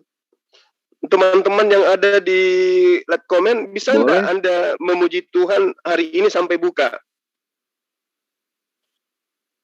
Masuk dalam kamar, berdiri, kemudian itu aja terus Anda bilang haleluya, haleluya, haleluya. Tapi divideokan ya, nanti saya kasih hadiah. Ya mana tahu ada yang di live comment mau divideokan dari jam sekarang ini waktu kita 10:30. Nah, sampai buka puasa kecuali diselahi dengan sholat, Anda berhenti untuk memuji. Haleluya, haleluya, haleluya, haleluya, haleluya, haleluya, haleluya, haleluya. Saya takutnya besok pas Anda ke kantor, di kantor begitu terus mulutnya. Haleluya, haleluya. Kalau ada yang berani, ayo nanti saya kirimkan, kalau ada yang sanggup untuk seperti itu dari jam 10:30 sampai jam 6 sore, saya kirimkan kuaci 1 kontainer. Ya, gimana Bang? Setuju nggak? Ini kayaknya betah melek. Setuju. Ini jelek ini suara saya. Gimana Bang? Masya Allah. Kalau umat Islam bagus, itu, nanti hari lupa. iya, kalau umat Islam itu dikembalikan pada kodratnya seperti manusia sedia kala di sorga. Cuman kemampuannya itu dilipat gandakan. Rasa kenikmatan yang dirasakan itu dilipat gandakan. Tapi manusia Islam di surga bersosialisasi. Sama seperti di dunia. Saya berkunjung ke tempat Bang Ian, berkunjung ke tempatnya Bang Zulfikar, berkunjung ke tempatnya Betah Melek Gurunda Sugiono. Itu di surga nanti seperti itu, seperti di dunia ini. Ya, itulah surga yang indah. Allah mengembalikan kodrat manusia seperti manusia, tapi dengan kodrat yang jauh lebih super daripada keberadaan yang penuh kelemahan di dunia ini gitu. Kenikmatan dilipat gandakan, kebahagiaan dilipat gandakan, bukannya memuji terus. Nahola, nahola, nahola, nahola, nahola, nahola, nahola. Apa-apaan hidup yang kayak gitu. Ada aja. Jadi ya teman-teman, saya berharap supaya jangan mau tertipu dengan ajaran yang manis. Ya, manis jangan cepat ditelan, pahit jangan cepat dibuang. Di dunia ini kata Rasulullah, ad-dunya sijanul mu'min wa jannatul kafirun. Dunia ini memang penjara bagi umat Islam dan surga bagi orang-orang kafir. Nanti kebalik. Ya, nanti kebalik, setelah kehidupan ini kebalik. Surganya umat Islam adalah nerakanya orang Kristen. Nerakanya orang Kristen adalah surganya kita. Kebalik. Ya, karena itulah kemudian jangan lelah beribadah kepada Allah. Jangan lelah menyampaikan kebenaran. Jangan capek berzikir kepada Allah, bertaubat kepada Allah. Ya, karena hanya dengan Islam kenikmatan-kenikmatan Islam itu sudah dijanjikan oleh Allah. Nah, lalu kemudian, ya kalau gitu saya taat ibadah karena pingin surga dong. Dan saya taat ibadah karena takut neraka. Jangan. Janji Allah itu sudah ada. Yang benar kembali ke tempat surga. Yang salah tempatnya neraka. Jadi nggak usah kejar surga. Lakukan aja kebenaran itu seperti apa. Janji Allah tidak akan ingkar. Ya, janji Allah itu tidak akan meleset. Allah tidak pernah ingkar terhadap janjinya. Jadi tidak perlu dikejar janji itu. Cukup laksanakan tugas kita sebagai hamba, ya laksanakan tugas kita sebagai utusan, sebagai khalifah, sebagai makhluk yang ditugaskan untuk menyembah kepadanya. Itu aja, selesai. Dengan ikhlas tapinya. Jangan karena terpaksa. Ya, biarkan mereka dengan kenikmatan mereka sekali seminggu hanya datang tepuk tangan, buka sendal aja kagak di tempat ibadah mereka. Jangan ikutin mereka, jangan tergiur dengan itu. Jangan tergiur dengan siapa yang berkata Yesus itu Tuhan dan perkataannya dipenuhi dengan diimani dengan sepenuh hati, maka dia akan diselamatkan. Jangan. Itu adalah tipu daya. Jangan percaya yang kayak begitu. Kenapa? Karena Yesus sendiri mengatakan, sembahlah Allah, Tuhanku dan Tuhanmu. Coba. Jadi kita ini sudah berdiri pada roda yang benar, pada tempat yang benar, pada jalan yang benar, yaitu menjadi seorang Islam, menjadi seorang ihsan yang benar. Jadi jangan tergiur dengan kamu tidak akan masuk surga kalau kamu tidak minum darahnya Yesus. Kamu tidak akan masuk surga kalau kamu tidak makan dagingnya Yesus. Kanibal. Itu nggak diajarin, nggak ada yang kayak gitu-gitu. Yesus mengajarkan bahwa hidup kekal itu adalah menyembah Allah, satu-satunya Allah, dan mengimani aku sebagai utusan Allah. La ilaha illallah, inni Rasulullah. Itu jelas. Nah, merdeka umat Islam, karena dengan Islamnya mengakui Allah itu satu-satunya Allah, dan mengakui Yesus atau Isa itu adalah utusan Allah. Saya kira seperti itu, Bang. Karena tidak ada lagi ya yang mau dibahas, atau mungkin ada yang mau ditambahkan. Di sini ada Ustadz Alwan. Silakan Adinda kalau ada keilmuan yang ingin disampaikan. Yang pada intinya tema kita hari ini adalah konsep ketuhanan. Yang tadi ada Pendeta Deki ingin menipu dengan mengatakan Yesus yang adalah manusia, yang adalah Rasul kita, Nabi kita, itu adalah Tuhan. Silakan Adinda. Saya menyimak dulu kan ini. Ya. Menyimak. Nyimak lagi. Silakan teman-teman yang lain. Bang Wan mungkin atau Muhammad Ibrahim. Mungkin ada dari itu nggak, Bang? Dari chat live itu. Di live chat. Lihat. Assalamualaikum warahmatullahi wabarakatuh, Guru Cuma, kawan-kawan semua. Waalaikumsalam warahmatullahi wabarakatuh. Saya nyimak dulu ya, baru gabung soalnya. Ya. Oh, Bang, ada pertanyaan nih. Ada pertanyaan, tolong terangkan kali ya. Apa itu zat? Zat itu apa? Dari Juan Patra. Silakan, Bang. Tadi sudah dijelasin. Mau dijelasin lagi, boleh. Jadi gini, kenapa umat Islam itu direpotkan dengan penjelasan tentang zat? Ya, itu karena adanya muncul pernyataan bodoh dari beberapa teman-teman Kristen yang menuduh umat Islam itu menyembah zat.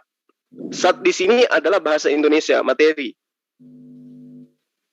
Jadi saya katakan gini,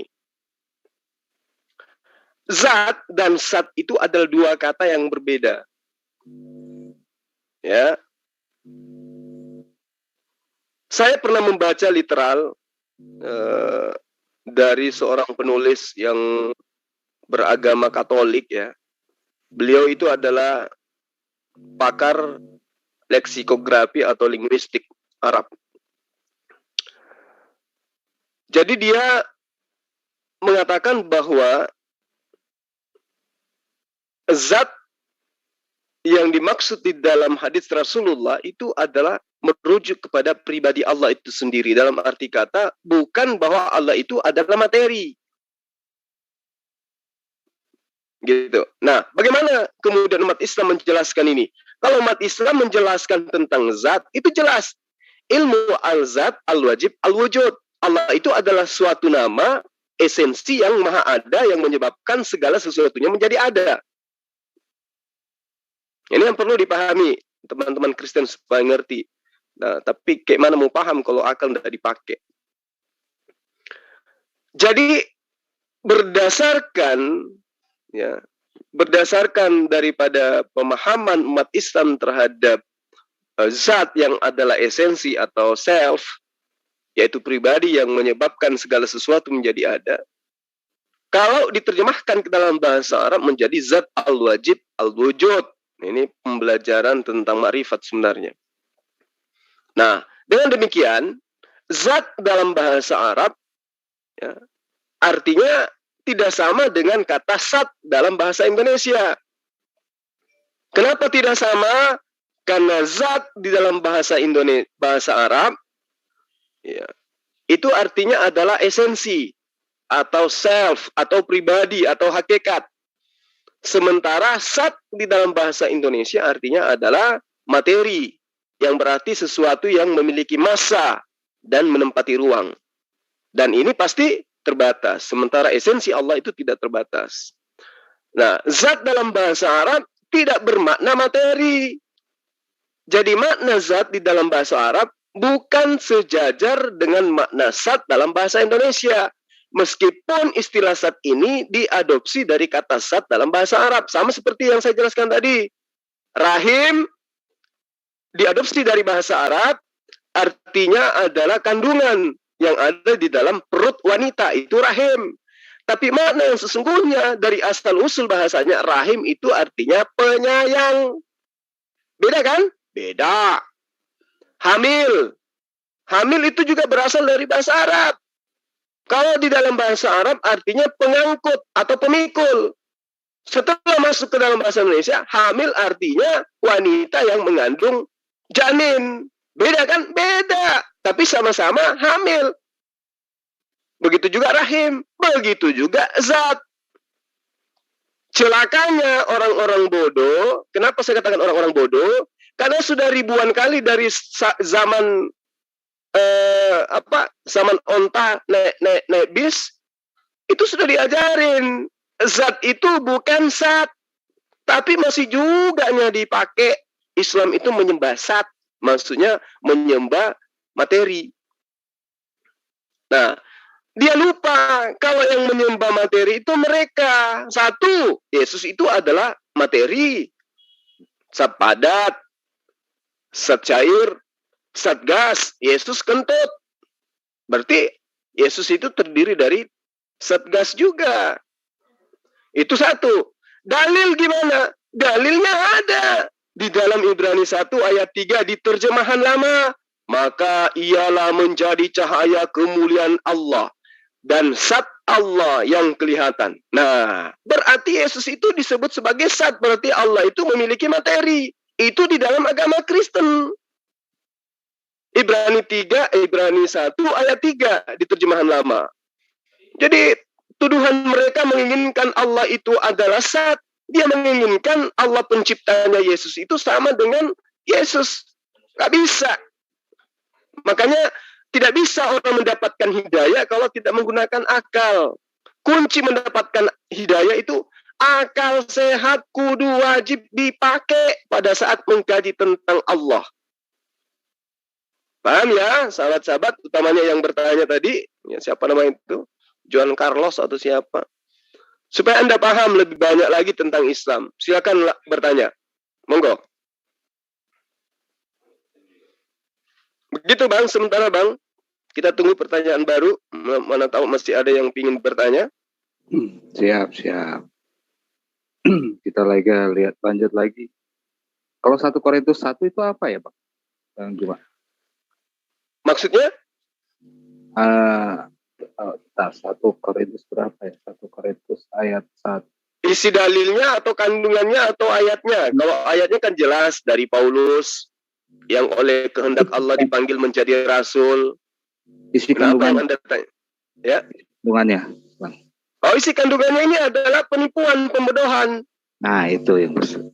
Oke. Ya, ini pembodohan, penipuan dari Paulus yang oleh kehendak Allah dipanggil menjadi rasul. Nenekmu kiper. Sejak kapan Allah memanggil Paulus itu menjadi rasul?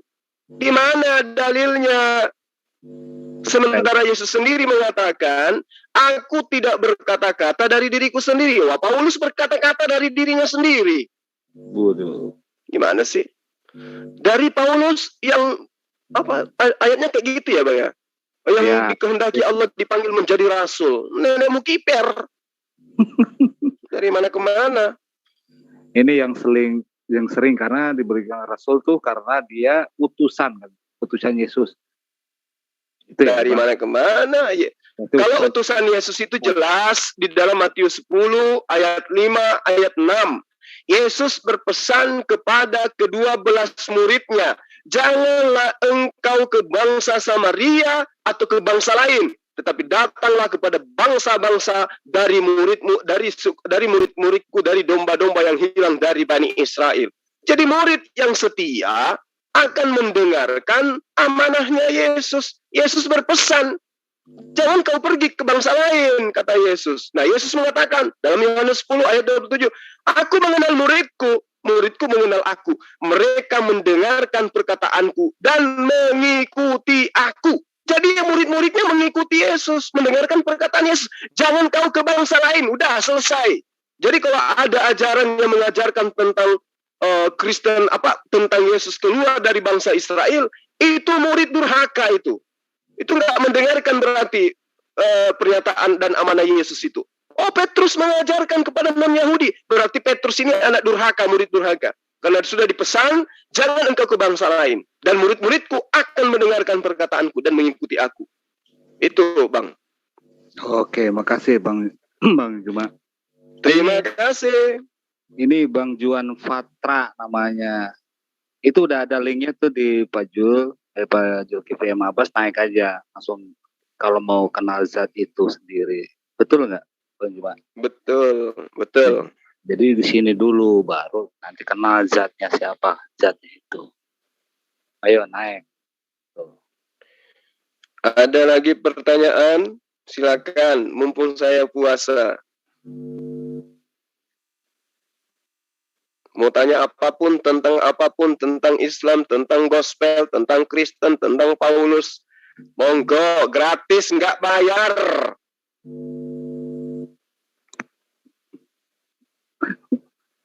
Ini lucu lihat komen-komen di chat YouTube abang. Iya benar bang. Ini lagi saya coba. Mungkin ada pertanyaan yang lebih menekan tentang Tuhan. John Patras Nah, kayak Tuhan. ada pertanyaan menarik bang Ian. Yang mana coba? Dari teman kita Kalimanjaro.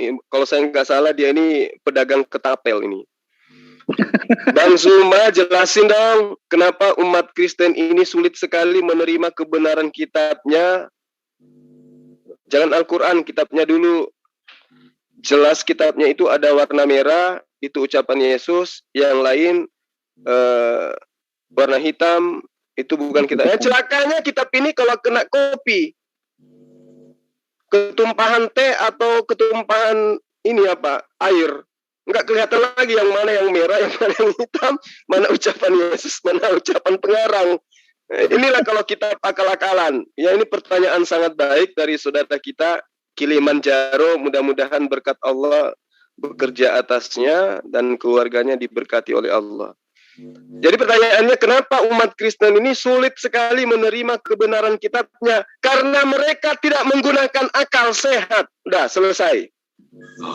Itu satu. Yang keduanya itu juga Bang, mungkin ditambahin aja sedikit Bang.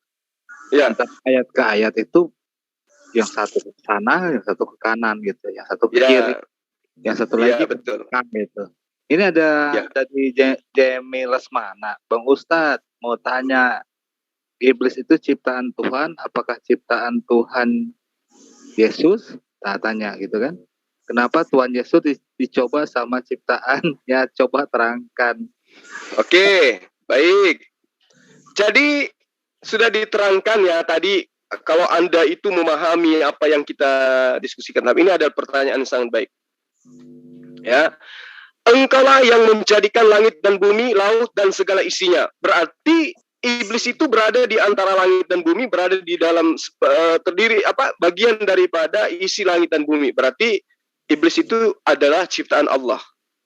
Meski yang diciptakan adalah makhluk yang tadinya taat kepada Allah, kemudian ingkar untuk sujud kepada, menghormat kepada Nabi Adam, lalulah kemudian dilabeli dengan label iblis. Jadi manusia yang tidak taat mengikuti ajaran Yesus, tidak taat menyembah kepada Allah, itu juga adalah iblis dalam rupa manusia.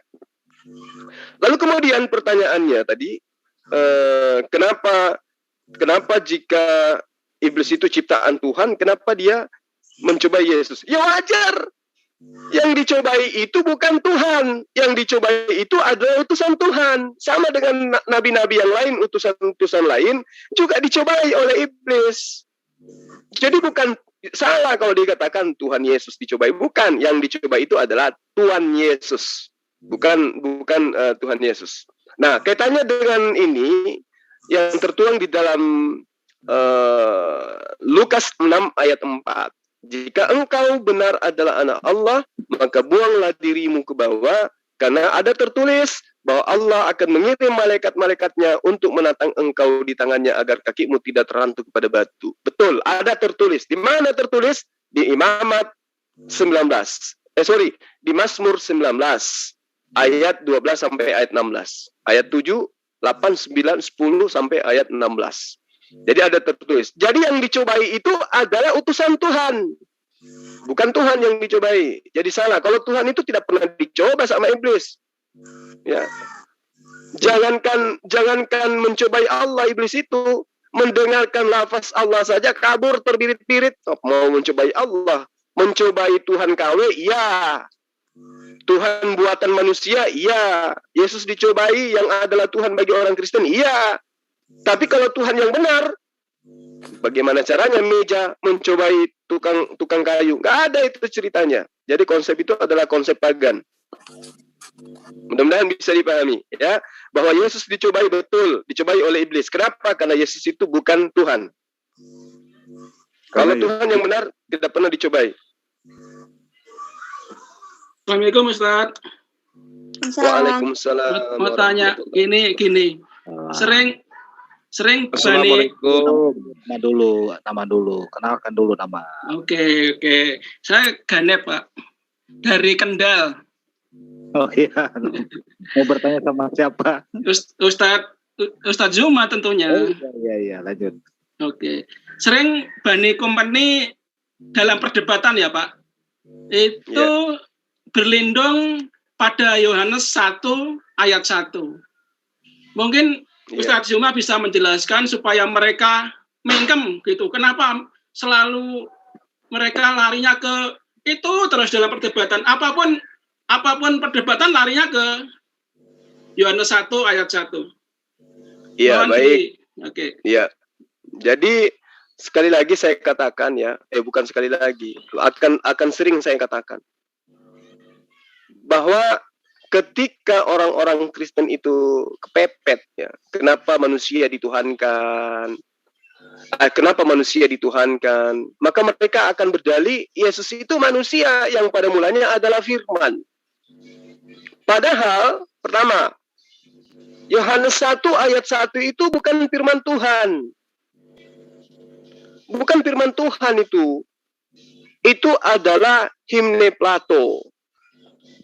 Ya, itu adalah himne Plato. Ketika dikatakan en arche en hologos, kai hologos en frontonteon, kai theos en hologos.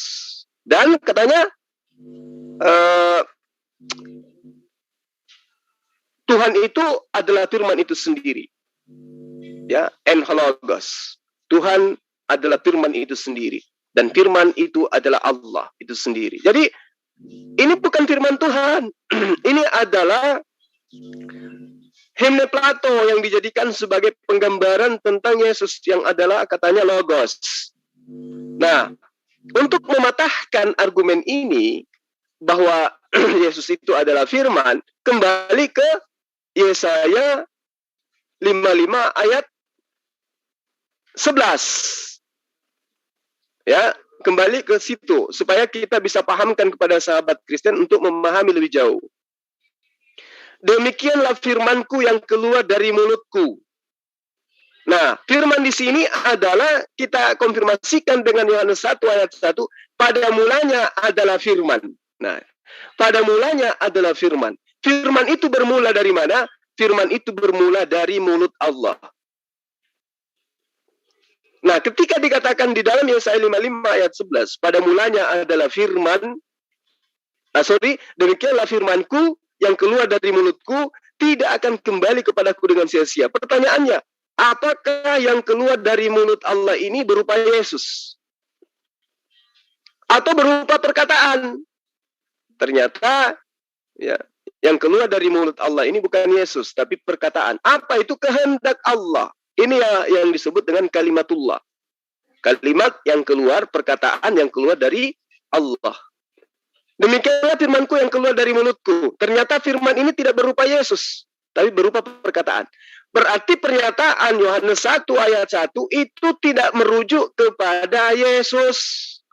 Sekali lagi, Yohanes 1 ayat 1 itu tidak merujuk kepada Yesus. Nanti merujuk kepada Yesus ketika di dalam ayat ke-18-nya. Di situ dikatakan, dan firman itu ya telah menjadi manusia. Sorry, di ayat 14 ya. Ayat 14 apa ayat 18 ya? Tolong saya diingatkan.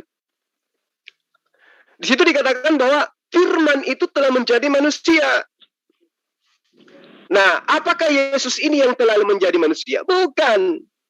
Yang menjadi manusia di sini adalah perkataan Allah. Apa itu kehendak Allah? Bagaimana prosesnya ketika dikatakan Yohanes 1 ayat 14 firman itu telah menjadi manusia, ternyata tidak semudah itu menjadi manusia. Ada yang mau ditandatangani tidak?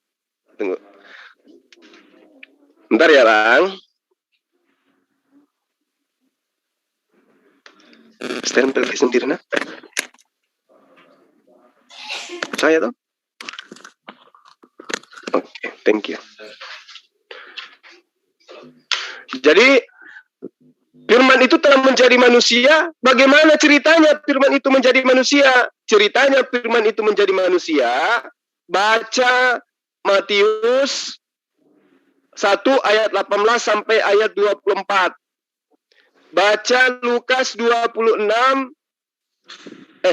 Lukas 1 ayat 26 sampai ayat 38. Itu adalah proses firman menjadi manusia. Nah, berarti kalau kita kembali kepada pada mulanya adalah firman itu bersama-sama dengan Allah, dan firman itu adalah Allah. Itu bukan Yesus, tetapi yang diceritakan di situ adalah kalam, sifat Allah itu sendiri. Nanti dikatakan di ayat 14-nya firman itu telah menjadi manusia, artinya perkataan Allah, kehendak Allah itu tidak pernah sia-sia. Kalau dia ingin mengatakan jadi manusia, maka jadi manusia.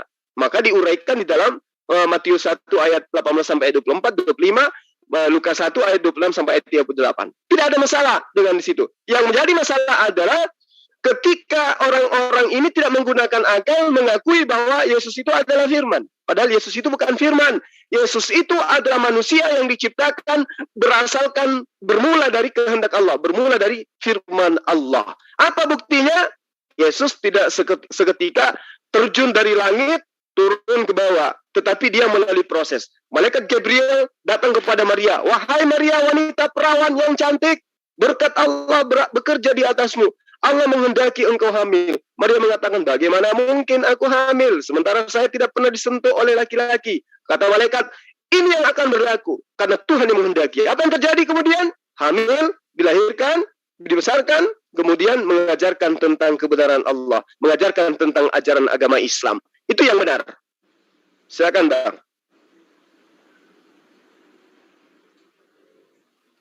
Jangan-jangan yang bertanya tidur.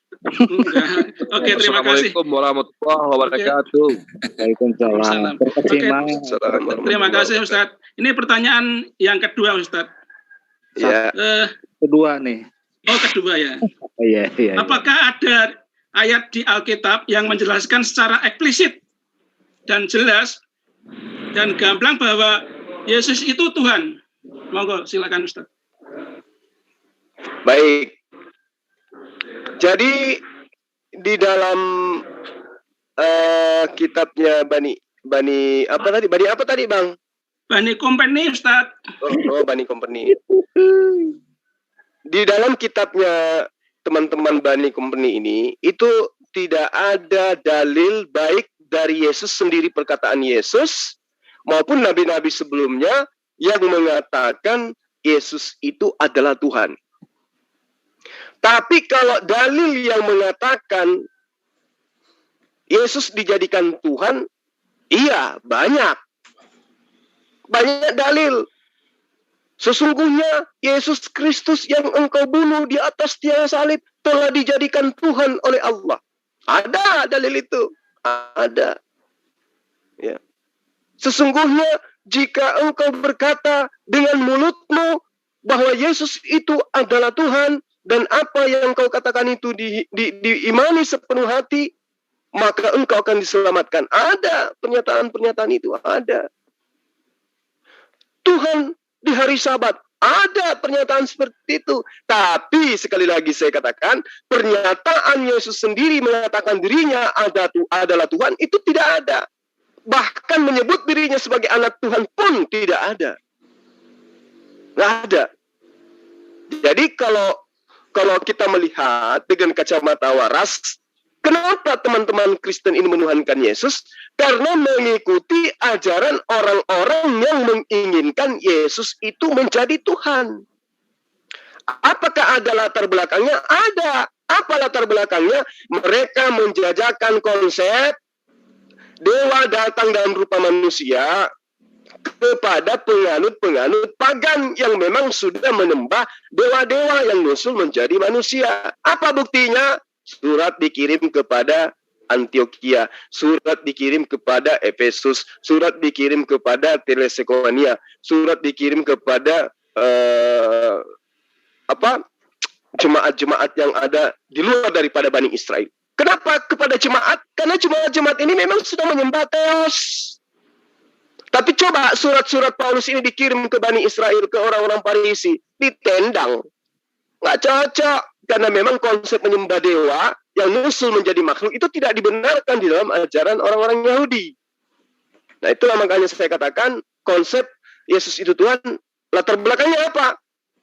Zeus, Apollo, Isis, Osiris, Atis, Itulah latar belakangnya sampai ada konsep itu. Makanya Kristen itu besarnya bukan di Timur Tengah, besarnya adanya di Eropa, adanya di Vatikan, adanya di Roma, adanya di Yunani. Kenapa? Karena sebenarnya Kristen itu jauh sebelum Yesus lahir itu sudah ada. Tapi nama lainnya bukan Kristen, tapi animisme, penyembahan terhadap roh-roh. Makanya kalau kita kaji lebih jauh, ya sembahan mereka itu adalah roh. Tapi kalau kita minta dalilnya dalam original teksnya, apakah ada dalil yang mengatakan Tuhan itu roh? Ya, sampai biji matanya itu berubah warna pink, itu tidak akan pernah dia sampaikan, tunjukkan. Tapi kalau di terjemahan, ya ada. Nah, kemudian apakah ada dalil di dalam kitab mereka Yesus itu mengaku sebagai Tuhan? Nah, ini yang penting. Penting. Tidak ada. Jawabannya, tidak ada. Tapi ada kesalahpahaman orang-orang Farisi, orang-orang Yahudi, ahli Torah, pada masa Yesus mengajarkan kitab Yesaya, mengajarkan kitab Torah kepada Bani Israel. Sehingga Yesus ini dilempari batu pada masa itu. Tapi apakah tuduhannya karena Yesus mengaku sebagai Allah pencipta alam semesta? Tidak. Tapi tuduhannya karena Yesus ditengarai menyetarakan dirinya dengan Hasem, dengan Allah. Atas pekerjaan apakah sampai engkau mau melempari aku batu? Kata orang-orang Farisi, bukan atas pekerjaan yang kau lakukan, wahai Yesus, tapi karena engkau menyetarakan dirimu dengan YTHP. Menyetarakan, bukan menyatakan dirinya sebagai YTHP, tapi dia menyetarakan dirinya. Tapi apa kata Yesus kemudian? Dia klarifikasi, dia meluruskan kesalahpahaman orang-orang terdahulu. Wahai umat Yahudi, Bani Israel, buka kitabmu, pelototin Torahmu, baca kitab Tanakmu. Di situ jelas dituliskan siapa yang diserahi tugas untuk menyampaikan firman kepada manusia, maka dia adalah Allah. Dan ketetapan Tuhan tidak bisa dibatalkan. Makanya Musa juga ketika datang kepada Bani Israel mengaku juga sebagai Allah. Ehye, Esyir, Ehye. Mengaku juga Musa itu sebagai Allah karena dia adalah penyampai firman. Bagaimana dengan Rasulullah Muhammad SAW? Apakah juga mengaku Allah? Betul. Innani ana Allah. Sesungguhnya aku ini adalah Allah. Artinya klarifikasi Yesus dalam Yohanes 10 ayat 34, 35, 36 itu sudah benar. Siapa yang diserahi tugas menyampaikan firman boleh mengaku sebagai Allah, boleh. Saya sebagai penyampai firman kepada murid-murid saya membacakan surat Taha ayat 14. Apa yang saya katakan? Zulkifli berkata, Innani ana Allah. Sesungguhnya aku ini adalah Allah. Apakah murid-murid saya itu kemudian kabur, lari tunggang langgang karena ada orang yang mengaku sebagai Allah? Tidak. Saya mengaku Allah karena saya membacakan firman Allah. Sama dengan Yesus, akulah Alfa dan Omega. Kenapa? Karena Yesus sedang membacakan kitab firman Allah. Makanya dikatakan di dalam Wahyu 1 ayat 1, inilah wahyu Yesus Kristus yang dikaruniakan Allah kepadanya untuk dia sampaikan kepada hamba-hamba Allah, supaya hamba-hamba Allah itu tahu bahwa dialah Allah, tidak ada Tuhan selain dia. Nah, ini yang perlu dipahami. Jadi pertanyaan yang sangat bagus. Tidak ada pernyataan di dalam ajaran Yesus yang mengatakan dirinya adalah Allah. Hanya ada kesalahpahaman Bani Israel karena Yesus dianggap menyetarakan Allah. Saya menyetarakan diri saya dengan Jokowi, bukan berarti saya mengaku Jokowi. Saya menyetarakan diri saya dengan Habib Rizik, bukan berarti saya adalah Habib Rizik. Menyetarakan. Nah, cuma muncul kemudian konsep Kristen, oh Yesus itu adalah Tuhan, karena dia pernah mengaku sebagai Allah. Nenek Mukiper, ya itu salah itu. Makasih Bang. Oke, terima kasih Ustaz. Selanjutnya untuk teman yang lain, monggo. Nah, ini ada John Patra, silakan. John Patra, puji Tuhan, Anda sudah muncul di sini. Silakan, Anda mau jual apa? Anda mau jajakan apa? Mangga. Ayo, Anda sudah berhadapan langsung dengan saya. Silakan. Apa yang saudara saya John Patra ingin jajakan supaya kita semua mematikan akal sehat, menyembah kepada anak manusia bernama Yesus. Silakan. Buktikan bahwa Yesus itu adalah Tuhan pencipta alam semesta. Mas Yusuf Noise. Mas Yusuf Noise.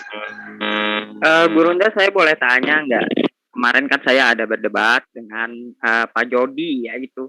Nah ini dia itu jawabannya lain dari yang lain Kristennya gitu. Dia itu memang tidak percaya Yesus itu adalah Allah itu sendiri, nggak percaya dia. Tapi Yesus itu dia bilang Tuhan, dan Allah itu dia bilang pencipta gitu. Tapi ketika dibawakan ayat bahwa Yesus itu duduk di sebelah kanan Bapa. Nah, ketika sudah di sebelah kanan Bapa, yang disembah yang mana? Katanya Yesus. Nah, kenapa tidak menyembah Allah? Karena Allahnya hilang katanya. Bagaimana mau menyembah Allah? Dia nggak berwujud katanya. Iya, gitu ini gimana? Waduh. Tanya aja tuh teman-teman, Bang Bambang Martapura, siapa ya kemarin lagi, Elinda, nah itu saksi tuh. Coba, dia bilang katanya Allahnya itu hilang, dia nggak berbentuk, bagaimana bisa disembah? Nah ini gimana penjelasannya menurut Gurunda? Jangan saya dulu. Ada di sini ada Bang John Patra. Lo kok hilang John Patra? Lo ngecewakan saya lo. Gue udah bayarin tiket lu sampai ke sini. Kok kabur lagi sampean? Paling lagi ke belakang. Oh, ke belakang. Tadi ada dia di sini udah capek-capek dipanggil, dibayarkan tiket naik ke sini pun. Ya Allah. Ada Roni Setanggang mau nanya nih. Silakan Roni. Kayaknya mudah-mudahan. Itu Muslim itu, Bang. Oh, Setanggang Muslim. John Patra mana tadi kok kabur John Patra? Jangan-jangan melepaskan kain lenan lari telanjang John Patra. Sebelumnya saya ini ada kedatangan tamu Mas Farid Respon ini, channel yang sering kantor CP ini. Silahkan Agi Farid. Saya muridnya kok. Saya punya pemikiran kayak Farid Respon, cuma gara-gara nonton aja, penggemar keren. Berarti Farid Respon ini muridnya CP itu. Masya Allah. Lanjut. Yang neneknya Kiper tadi udah kabur rupanya. Ya udahlah. Nggak sanggup tadi, dia, Bang Zuma. Nggak mampu dia nih. Ya kayak mana mau mampu lah yang dia jajakan manusia menjadi Tuhan, nggak bisa lah. Ustaz Zuma, itu kan dalam Yohanes 1:14 itu kan bukan manusia tapi daging kan, flesh kan. Ya kita sederhanakan aja biar mereka gembira. Iya, betul, di situ bukan manusia tapi di situ jelas katakan daging, bukan manusia. Oh, itu alasannya Gurunda seperti ini. Itu pada zaman dulu katanya, pada zaman Musa. Dia belum berbentuk daging. Tapi ketika Yesus itu dilahirkan, nah Tuhan berubah jadi manusia. Oh, nggak bisa. Karena dibantah oleh Yesaya 43 ayat 10. Allah kemudian berfirman dengan gagah berani, engkaulah saksi-saksiku, tidak ada Tuhan yang dibentuk baik sebelum aku maupun setelah aku. Ada Tuhan yang dibentuk setelah Allah itu. Bagaimana dengan Yesus? Baca Lukas 1 ayat 26 ayat 38 sampai ayat 38. Yesus dibentuk 9 bulan. Manusia itu semua yang dikatakan manusia pasti dibentuk. Ada tidak yang mengakui bahwa manusia itu Yesus itu tidak dibentuk menjadi manusia, tapi bisa menjadi manusia. Oh, itu kita ikuti ajaran pendeta Lamseneo Baho. Yesus itu maha kuasa, tapi dia tidak maha kuasa. Yesus itu maha tahu, tapi dia juga tidak maha tahu. Nah, gila namanya. Gila, omong kosong.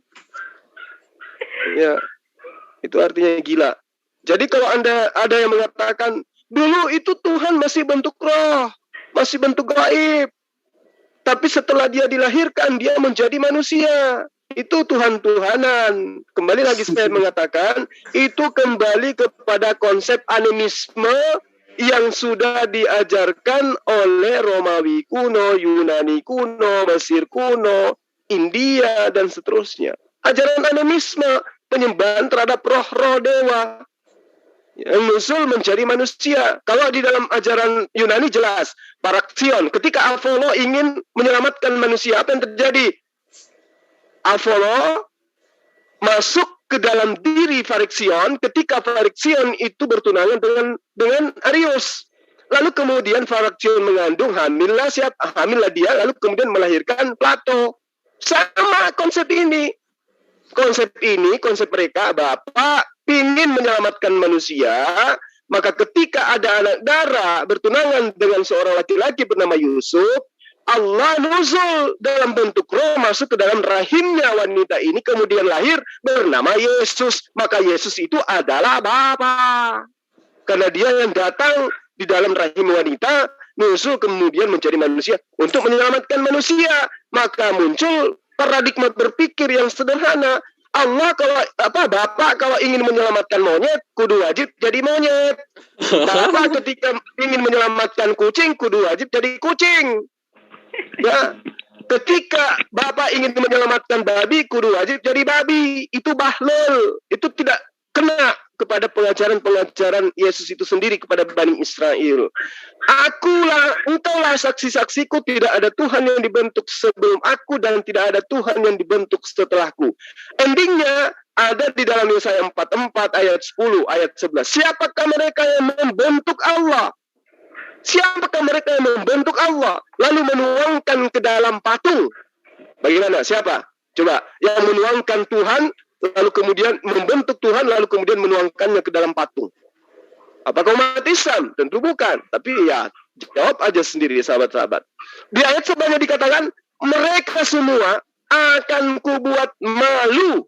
Yang menjual patung, yang mengukir patung, yang menjajakan patung, yang membeli patungnya, yang menyembah patungnya, yang memahami bahwa Tuhan itu sudah berbentuk, itu semua akan dibuat malu. Makanya setiap kita berdebat, mereka pasti malu. Bukan kita yang membuat mereka malu, diri mereka sendiri, karena mereka menuhankan makhluk Tuhan, ciptaan Tuhan. Itulah sebabnya. Allah sudah menjawabnya. Belum lagi kalau kita masuk ke dalam ranah Kejadian 12 ayat 3. Siapakah yang mengutuk engkau Abraham? Mereka pasti akan aku kutuk. Kutukan Allah itu banyak. Sudah dikasih ajaran, diperlihatkan ajaran, diperdengarkan ajaran. Tapi mata mereka buta, telinga mereka tuli. Mereka tidak mampu mencerna kebenaran itu.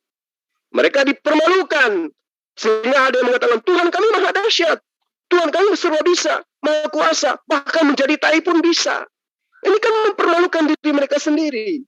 Tuhan kami maha kuasa, tapi juga tidak maha kuasa. Ini kan mempermalukan diri mereka sendiri. Itulah yang dikatakan oleh Allah, akan kubuat malu mereka itu. Yesaya 44 ayat 11. Demikian. Luar biasa. Assalamualaikum, Ustaz Juma. Waalaikumsalam warahmatullahi wabarakatuh. Wow, ada guru Heri Daya. Tunggu Bang. Bang Heri Daya, gimana kabar Bang? Alhamdulillah, kabar baik. Kenapa suaranya kayak Pak Martin Ale? Macem-macem. Salah. Lansen. Oh iya, sorry. Lamsen. Bukan Lamsen. Pak Martin Ale. Kembarannya dia. Saya ini Martin Ale. Duplikat daripada Pak Martin Ale ya. Paham ya? Ya, begitu ya. Gurunda, itu mengingat Pak Martenale, mana akal dengan imani saja gitu, menurut Gurunda. Karena begini, Pak Martenale saya kasih analogi tentang akal sehat ya. Saya nggak sama beliau. Bagaimana kalian mau berpegang kepada akal sehat di saat kalian jalan? Di depan kalian itu ada lubang, kemudian iman kalian mengatakan bahwa itu jalan lurus, mulus, tidak ada lubang. Padahal secara akal sehat bahwa di depan kalian itu lubang, maka secara iman kalian diselamatkan. Secara akal sehat kalian nyemplung ya, begitu ya.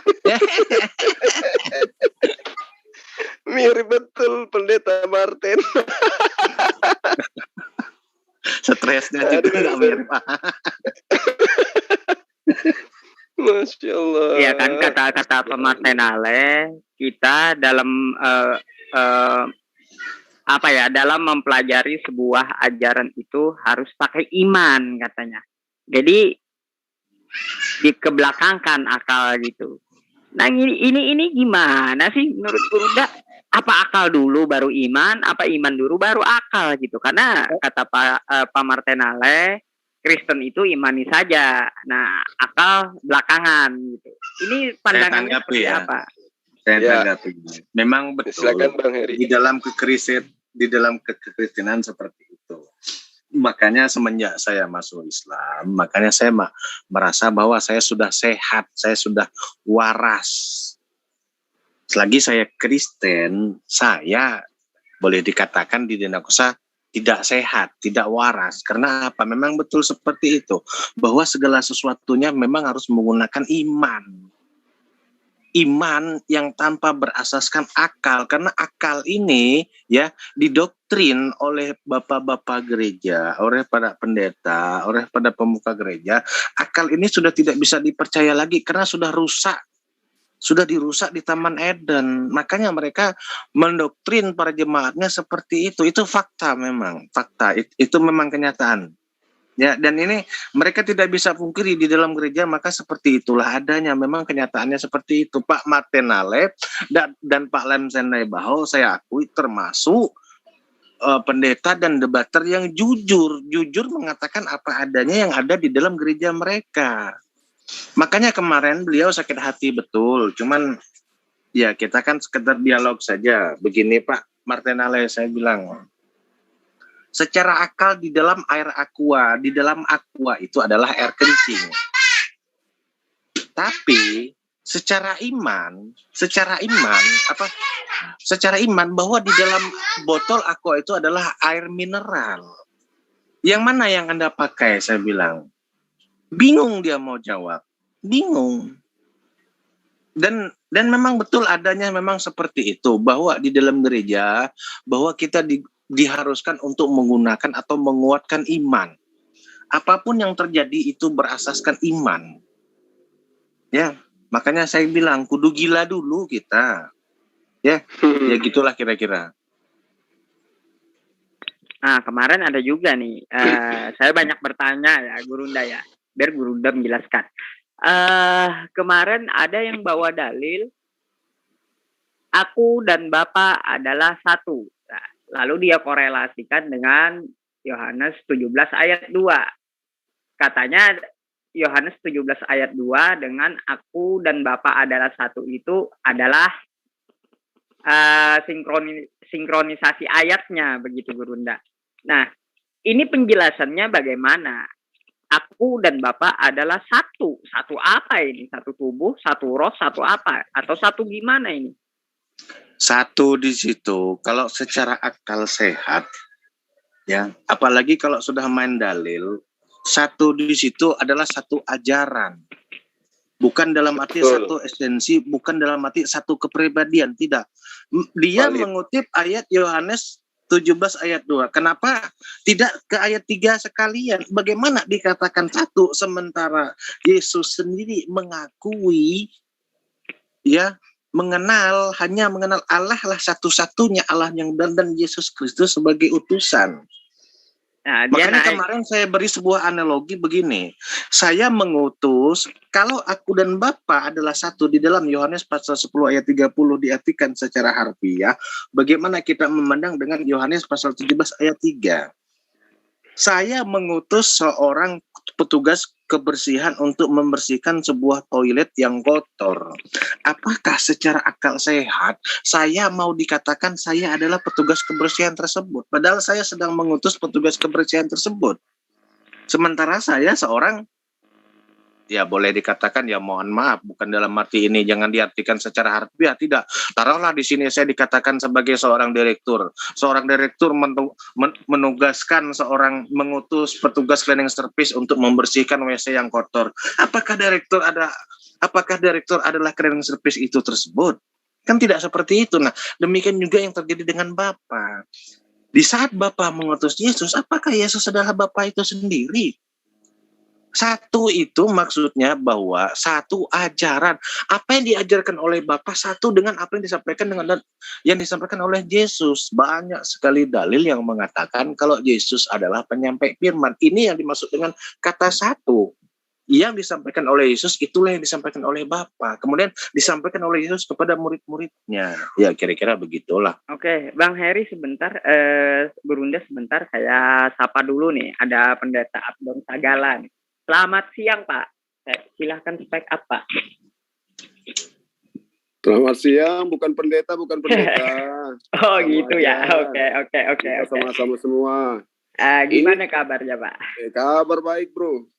Oke, kalau mau berdiskusi di sini ada Gurunda Juma, guru saya, ada. Terus Bang Heri itu seorang mualaf dia, Pak. Silahkan, Pak. Iya. Kira-kira ada tema apa nih?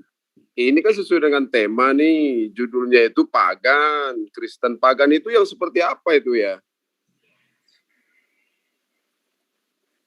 Mungkin yang membuat tema bisa dimulai karena saya tidak melihat tema. Saya minta admin untuk berikan link Zoom di YouTube tadi. Jadi saya belum mengerti betul tentang tema. Silakan mungkin Bang Zuma atau siapapun.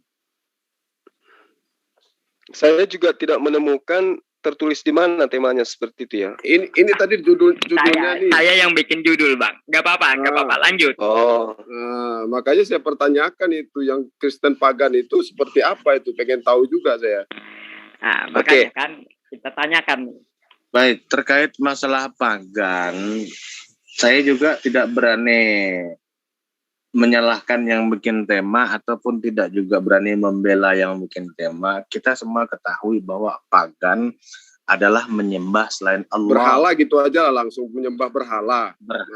Menyekutukan Allah dengan berhala.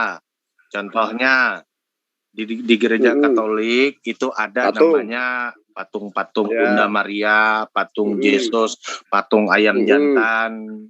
Nah, lalu nanti mungkin ada yang menyamakan, bagaimana dengan Ka'bah, bagaimana dengan Hajar Aswad.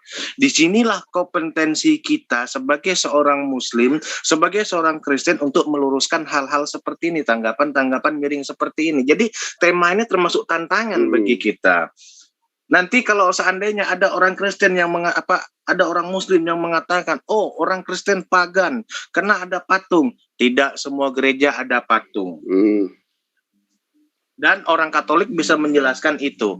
Disinilah duduknya kita, fungsinya kita. Atau nanti orang Kristen bertanya, bagaimana dengan Hajar Aswad, bagaimana dengan berhala?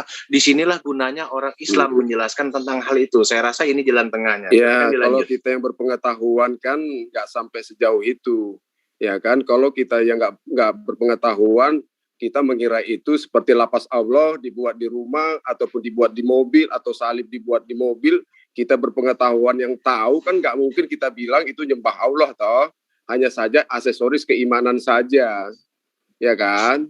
Nah saya juga nggak menuduh bahwa ya artinya Islam itu menyembah Ka'bah. Kalau saya bilang begitu saya bodoh kan? Nah artinya cuma hanya saja di sini judulnya itu masalah Kristen pagan kan? Saya nggak tahu seperti apa Kristen pagan. Sebentar dulu Pak. Saya klarifikasi judulnya ya. Nah, di situ saya menanyakan, Kristen penganut pagan, benar atau kagak? Kan ada tanda tanya. Nah, Bapak silakan dijelaskan. Gini. Nah, gitu. Gini, jadi kalau Kristen itu menyembah Yesus kan sebagai Tuhan, sebagai juru selamat, artinya dia hidup, ya kan? Kalau ada yang mengatakan itu selain daripada Allah adalah pagan, berarti Yesus kan berarti berhala. Apakah itu benar? Kan begitu. Nah, kira-kira gimana? Benar nggak itu Yesus itu berhala? Mungkin saya ini sebentar lagi saya akan live karena di sini sudah ngaji mau Jumatan, waktu saya sangat singkat. Mungkin seharusnya di sini Pak Pendeta tadi menjelaskan atau menjawab pertanyaan daripada judul ataupun daripada tema tersebut. Dan jangan melemparkan pertanyaan balik. dan Anda juga nanti akan diberikan hak untuk bertanya tentang Islam. Ya, kalau ya Saya setuju jikalau diralat bahwa ini tema sebuah pertanyaan, bukan tudingan tapi sebuah pertanyaan. Tapi saya rasa ini terlalu tajam juga sih. Terlalu tajam. Maksud saya kan gini loh bro. Maksud saya kan kita kan berbicara tentang edukasi, pengetahuan, jadi banyak yang dengar gitu loh. Jadi kalau pagan, nanti kalau ada judul seperti saya balikin juga toh. Seperti apa Kristen pagan itu? Kan itu larinya toh. Iya. Jadi maksud benar, Pak. Jadi ini makanya kan kenapa dibarengin dengan tanda tanya?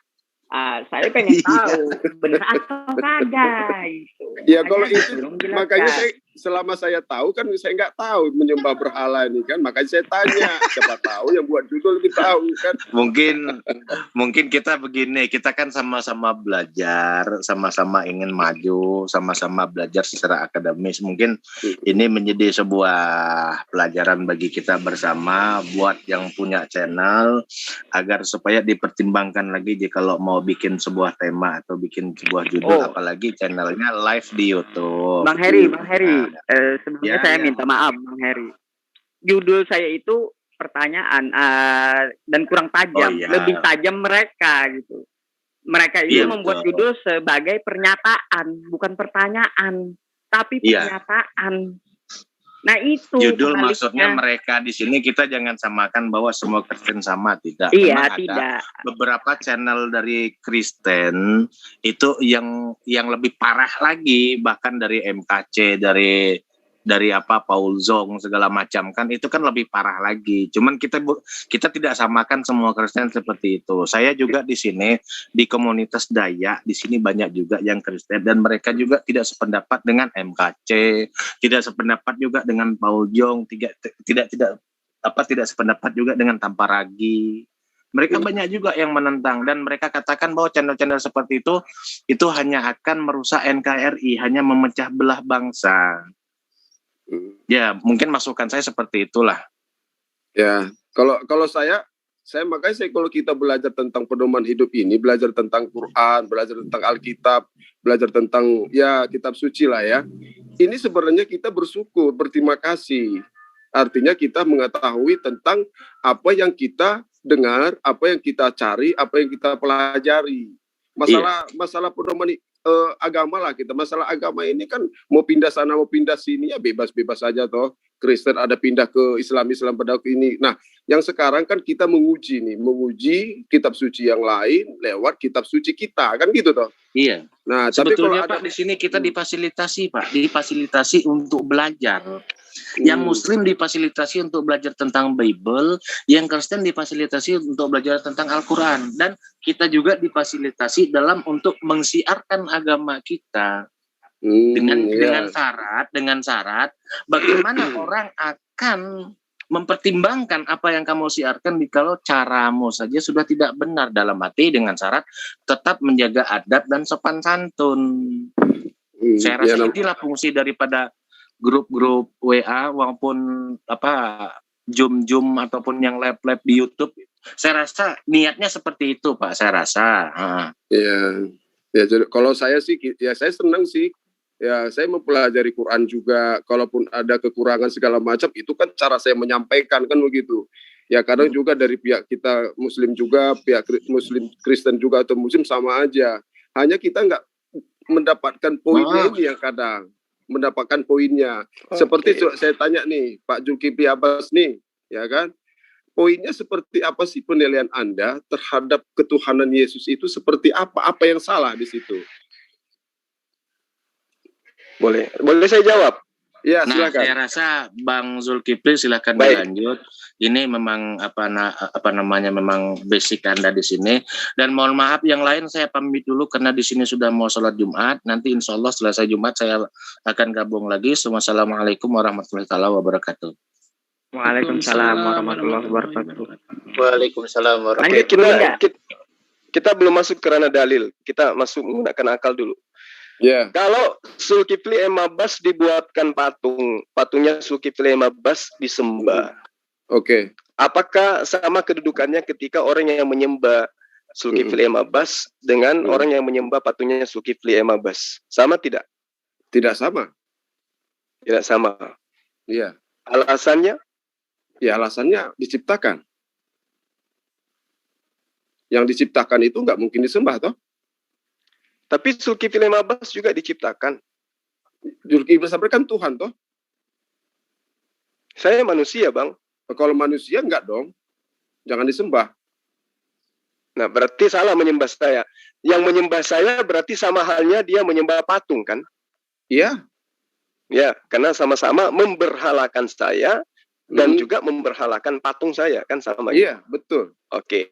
Jadi, boleh saya simpulkan, penyembahan terhadap berhala itu adalah penyembahan terhadap sosok selain daripada Tuhan. Iya. Ya, baik yang berupa patung, berupa manusia, berupa apapun itu selain daripada Allah, itu adalah berhala. Iya. Oke, baik. Sekarang, kenapa dikatakan bahwa menyembah Yesus itu adalah salah? Menyembah Yesus pertama, salah. Enggak, silakan, Anda bertanya silakan. kepada saya, kan? Ya, silakan. Anda bertanya kepada saya. Ya. Maka saya punya kewajiban untuk menjawab itu. Oke.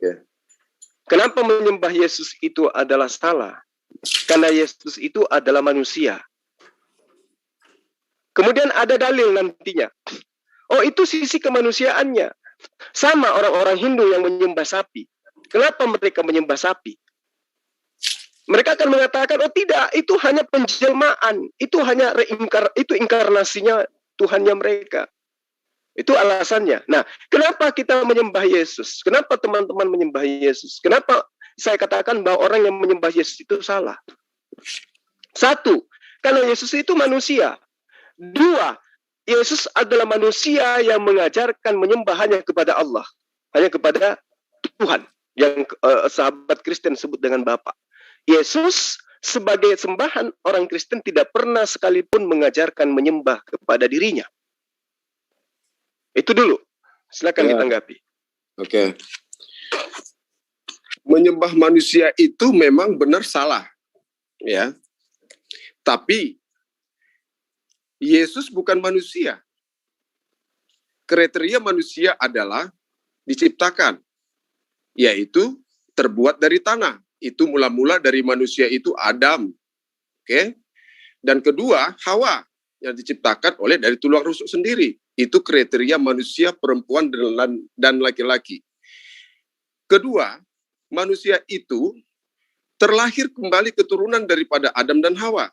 Ya, yaitu dari air mani, hubungan seks, hubungan badan. Maka terjadilah kita keturunan sampai semua nabi-nabi sama dengan kita. Itu namanya kriteria manusia.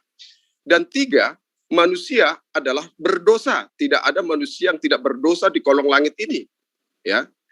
Keempat, akhir dari kehidupannya, badannya, jasad yang terbuat dari tanah itu kembali menjadi busuk dan menjadi tanah. Itu namanya manusia. Kalau Yesus, kemanusiaannya, rupanya saja. Rupa adalah penampakan, gambar adalah wujudnya. Artinya dari Kejadian 1 ayat 26, Allah menciptakan manusia sama seperti rupa dan sama seperti rupa kita. Itu firman daripada ayat 1 Kejadian 1 ayat 26. Artinya di situ rupa Allah itu adalah rupa manusia. Perwujudannya, penampakannya ada di dalam diri Yesus. Kenapa Yesus dikatakan tidak manusia? Walaupun rupanya seperti manusia, Yesus sendiri mengatakan, aku berasal dari atas, kamu dari bawah. Aku bukan dari dunia ini, aku bukan dari dunia ini, kamu dari dunia ini. Artinya di situ ada pemisahan bahwa kita adalah manusia dunia. Yesus adalah manusia ilahi yang tidak berdosa. Begitu Pak Bas, Pak Zulkifli. Baik. Jadi kalau saya melihat dari penjelasan saudara, itu adalah konsep di mana Anda secara tidak langsung memberhalakan Yesus. Kenapa saya katakan Anda memberhalakan Yesus? Karena Yesus itu adalah manusia. Yang Anda katakan bukan manusia. Lalu kemudian Anda mengambil dalil-dalil dia manusia itu yang dilahirkan dari keturunan Adam, dari sperma dan seterusnya dan seterusnya. Anda menafikan kemahakuasaan Allah yang mampu menciptakan sesuatu tanpa harus sesuai dengan prosedur akal manusia. Contoh Hawa, bukan dari sperma. Melkisedek, ya. Lalu kemudian Adam, kan dari manusia. Tapi dia tercipta menjadi manusia. Lalu kemudian kalau Anda, sahabat saya ini mengatakan Yesus itu bukan manusia, ya udah dibuang aja dalil Matius 1, Lukas 1. Dalam bulan ke-6 Allah menyuruh malaikat Gabriel datang ke sebuah kota kepada seorang perawan yang sedang bertunangan katanya. Lalu apa kata malaikat itu kepada Maria? Salam, hai engkau yang dikaruniai Tuhan menyertai engkau. Jangan takut hai Maria, sebab engkau beroleh karunia dari Allah. Sesungguhnya engkau akan mengandung. Nah, akan mengandung. Berarti yang mengandung di sini Maria. Berarti ada proses Allah ingin menciptakan manusia bernama Yesus lewat kandungan seorang manusia bernama Maria. Dan Maria ini adalah keturunan Adam. Sehingga kita tidak bisa menafikan ketika diceritakan dalam kitab Anda yang menjadi dalil pembenaran keimanan Anda adalah dalil kitab Anda sendiri. Bagaimana Yesus memiliki silsilah. Berarti dia adalah manusia. Maka saya katakan bahwa tema yang mengatakan apakah Kristen itu menyembah berhala? Ya. Apa berhalanya? Yesus. Dia adalah manusia. Oh, Yesus bukan manusia. Kata siapa? Kata pentuhannya. Sama orang yang menuhankan sapi. Dia mengatakan jasad yang kamu lihat itu sapi. Tapi hakikatnya dia adalah dewa. Hakikatnya Yesus itu adalah Tuhan. Kata penganut, kata penyembahnya. Tetapi dalil demi dalil kita suguhkan. Ternyata Maria mengandung. Apakah yang dikandung itu adalah Tuhan? Apakah Tuhan itu butuh proses 9 bulan untuk menciptakan dirinya sendiri menjadi Tuhan? Tentu tidak. Matius 1 ayat 18 sampai ayat 25. Kelahiran Yesus Kristus seperti berikut. Pada waktu Maria ibunya bertunangan dengan Yusuf, mengandunglah dia. Coba. Tapi ada lagi, diplesetkan lagi. Oh, dia mengandung dari Roh Kudus. Betul. Karena kenapa? Roh Kudus yang datang memberikan berita itu bahwa dia akan hamil. Jadi hamil dari Roh Kudus maksudnya kehamilannya bukan karena berzina, tetapi karena ada informasi dari Roh Kudus bahwa Allah menghendaki kamu hamil. Maka kamu hamil. Apa yang keluar dari rahimmu? Manusia, bukan Tuhan. Jadi kalau ada yang menuhankan Yesus, menuhankan berhala. Menuhankan Tuhan selain Allah yang sudah menyatakan diri di dalam kitab-kitab terdahulu yang mengatakan tidak ada Tuhan selain dia. Mana buktinya? 1 Raja-Raja 8 ayat 60. Supaya segala bangsa di bumi ini tahu bahwa Tuhanlah Allah, tidak ada selain dia. Apakah cuma itu? Tidak. Habakuk 3 ayat 19. Allah Tuhanku, itulah kekuatanku. Ia membuat kakiku seperti rusa. Ia membiarkan aku berjejak di bukit-bukitku untuk memimpin biduan dengan permainan kecapi. Apakah cuma itu? Tidak. Hakim-Hakim 6 ayat 22. Maka ketahuilah Gedeon bahwa itulah malaikat Tuhan. Lalu berkata, celakalah aku, Tuhanku Allah. Sebab memang telah terlihat dan kulihat malaikat Tuhan dengan berhadapan muka dengan muka. Apakah cuma sampai itu? Tidak. Juga diterangkan di dalam Al-Quran. Apa kata Al-Quran? Jelas sekali dikatakan, Allahul ladzi ja'ala lakumul ar qararan was-samaa'a binaa'a wa sawwarakum ahsan. Lalu dikatakan suarakum wa razaqakum minat thayyibah dzalikumullahu rabbukum fatabarakallahu rabbul alamin. Tuhan semesta alam, dialah pencipta alam semesta beserta isinya. Apakah kemudian Yesus tidak mengajarkan demikian? Mengajarkan juga. Yesus yang diberhalakan juga mengajarkan juga menyembah kepada Allah. Jadi jelas Allah, Yesus tidak pernah memberhalakan dirinya dengan mengajarkan dirinya itu adalah Allah yang datang dalam rupa manusia dengan embel-embel dia ibunya hamil tanpa seorang ayah. Tidak. Tetapi Yesus mengajarkan, aku tidak dapat berbuat apa-apa dari diriku sendiri. Lalu kemudian muncul pernyataan, oh itu karena dia manusia. Kata siapa? Apa memang ada pernyataan Yesus? Aku tidak dapat berbuat apa-apa dari diriku sendiri karena aku manusia. Nanti setelah aku menjadi Tuhan, barulah aku bisa berbuat apa-apa sesuka hatiku. Tidak ada pernyataan itu. Kenapa? Karena Yesus mengajarkan hidup kekal itu adalah engkau, mereka dia, kamu, semuanya mengenal satu-satunya Allah yang benar dan mengenalku sebagai utusan Allah. Selesai. Jadi sekali lagi mohon maaf, saya tegaskan kembali, orang yang menuhankan Yesus, saya tidak abu-abu. Dia memberhalakan Yesus. Menuhankan utusan Tuhan bernama Yesus. Silakan. Anda tadi tidak menikmati bahasa saya, ya. Anda tidak menikmati bahasa saya. Ingat ya, menikmati bahasa artinya diteliti di situ. Nah, kalau saya katakan manusia itu adalah unsur dari tanah, awal sekali tercipta dari tanah. Tulang rusuk, kedua tulang rusuk, ketiga dari air mani, keempat adalah dosa, itulah manusia. Nah, kalau saya katakan, apakah ada 4 kriteria ini di dalam hidup Yesus?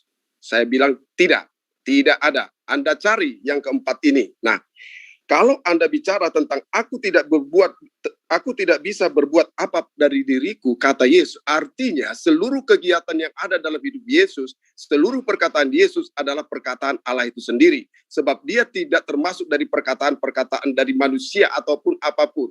Karena Zulkifli Abbas ini 90% adalah kehendakmu, 10% itu adalah kehendak Allah ataupun yang lain-lain. Anda tidak murni, semua dalam dirimu adalah kehendak Allah. Itu perbandingannya. Apapun yang diciptakan, apapun yang dilakukan, apapun yang dinyatakan itu adalah perintah Allah itu sendiri di dalam wujud diri Yesus. Oke? Nah, kalau kita bicara tentang manusia, ya, Adam bukan firman, ya. Adam bukan firman. Dia berasal dari tanah. Hanya Yesus yang dikatakan firman yang menjadi manusia. Yesus dinyatakan dalam kandungan Maria adalah Roh Kudus. Nah, karena Anda memperbandingkan ke Al-Quran, saya tarik lagi ke Al-Quran, ya.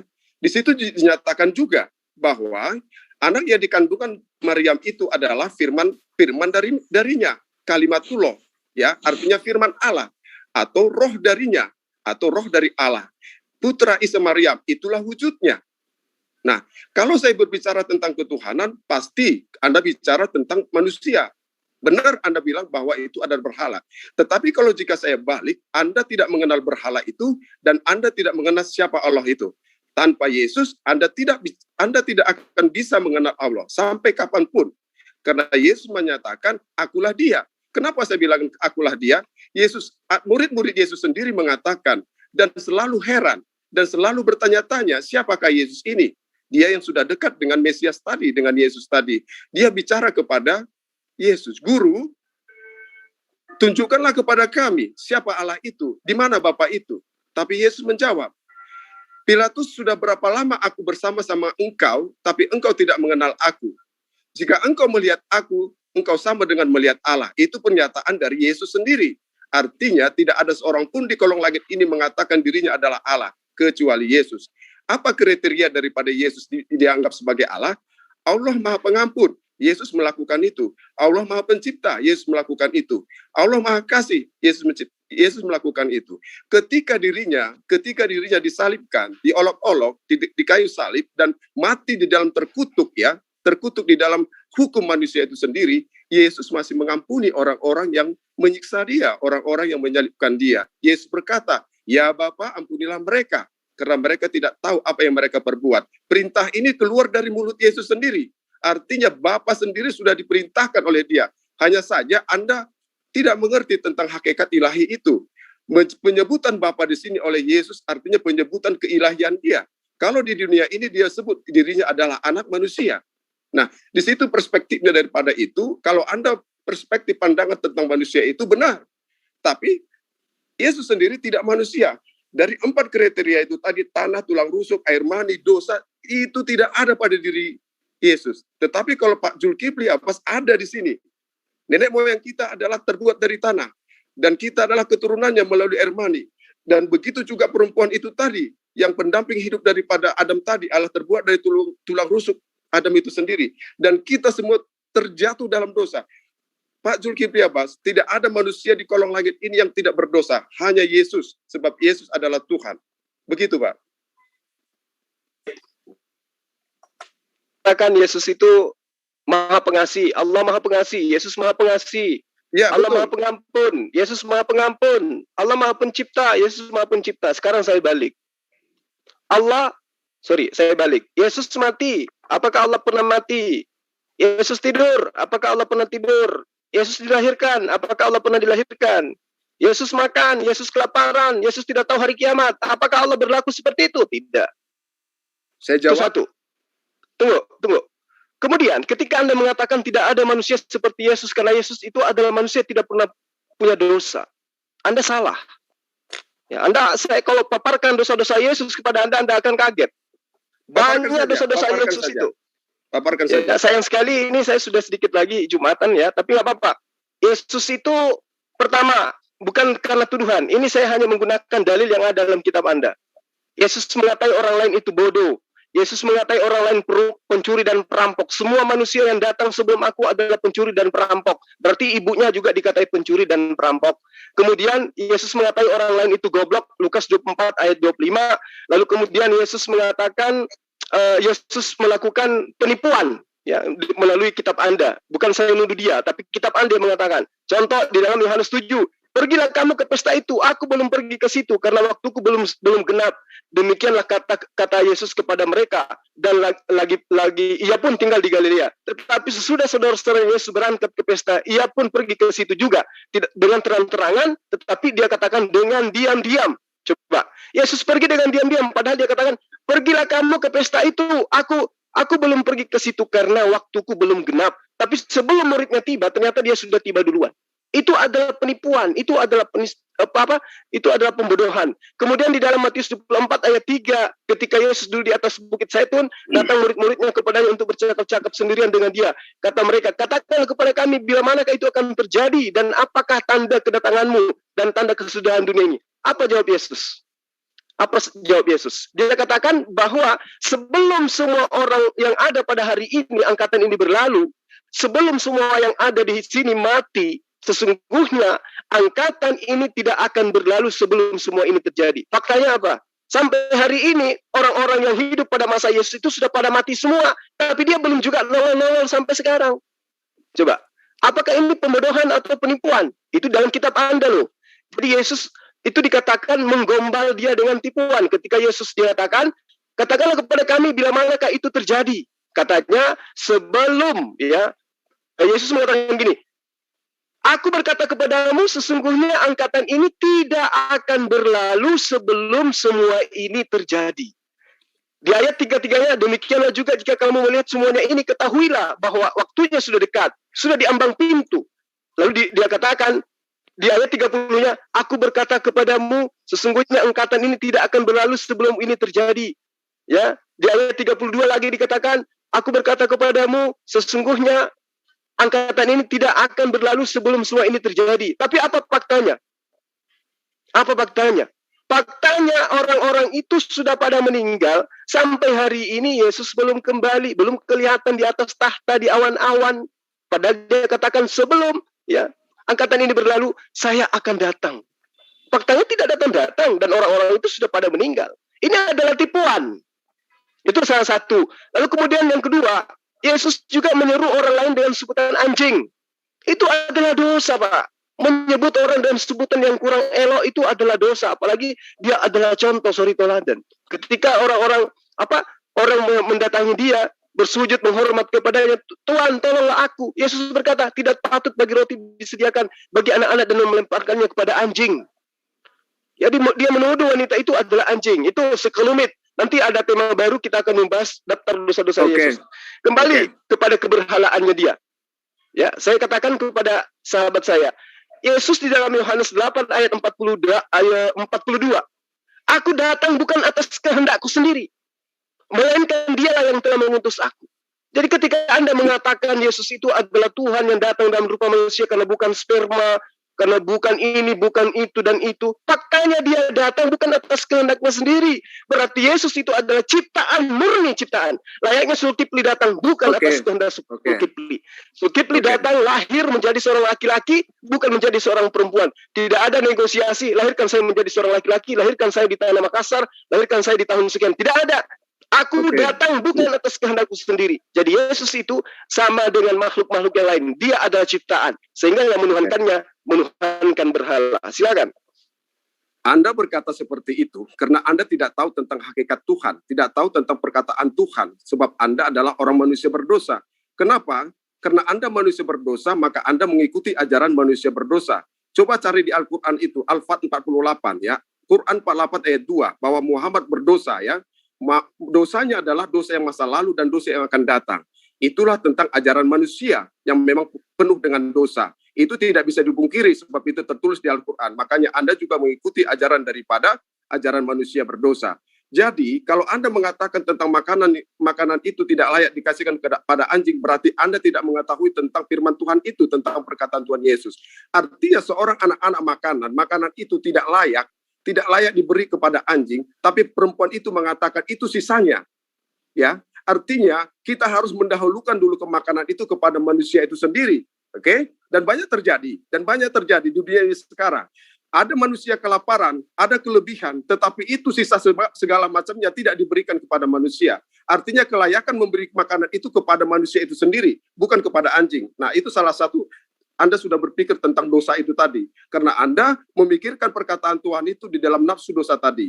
Nah, kalau Anda bicara tentang berhala tadi, maka Anda sudah berbicara tentang berhala. Maka Anda adalah menuhankan berhala. Sebab apa?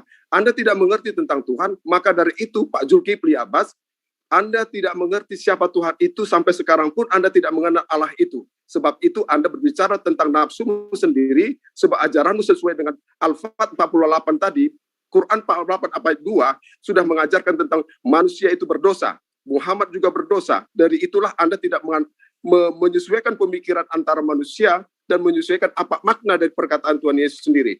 Anda cari dulu, apakah ada tertulis Yesus di Alkitab ataupun di Al-Quranmu? Saya tidak samakan dulu ya. Isa Al-Masih, apakah berdosa, apakah suci?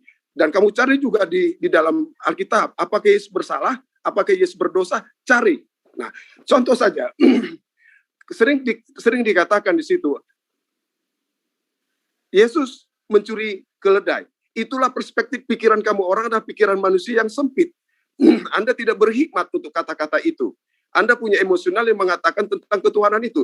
Salah satu dari 4 itu tadi, tanah, tulang rusuk, air mani, dosa, itu tidak ada dalam diri Yesus.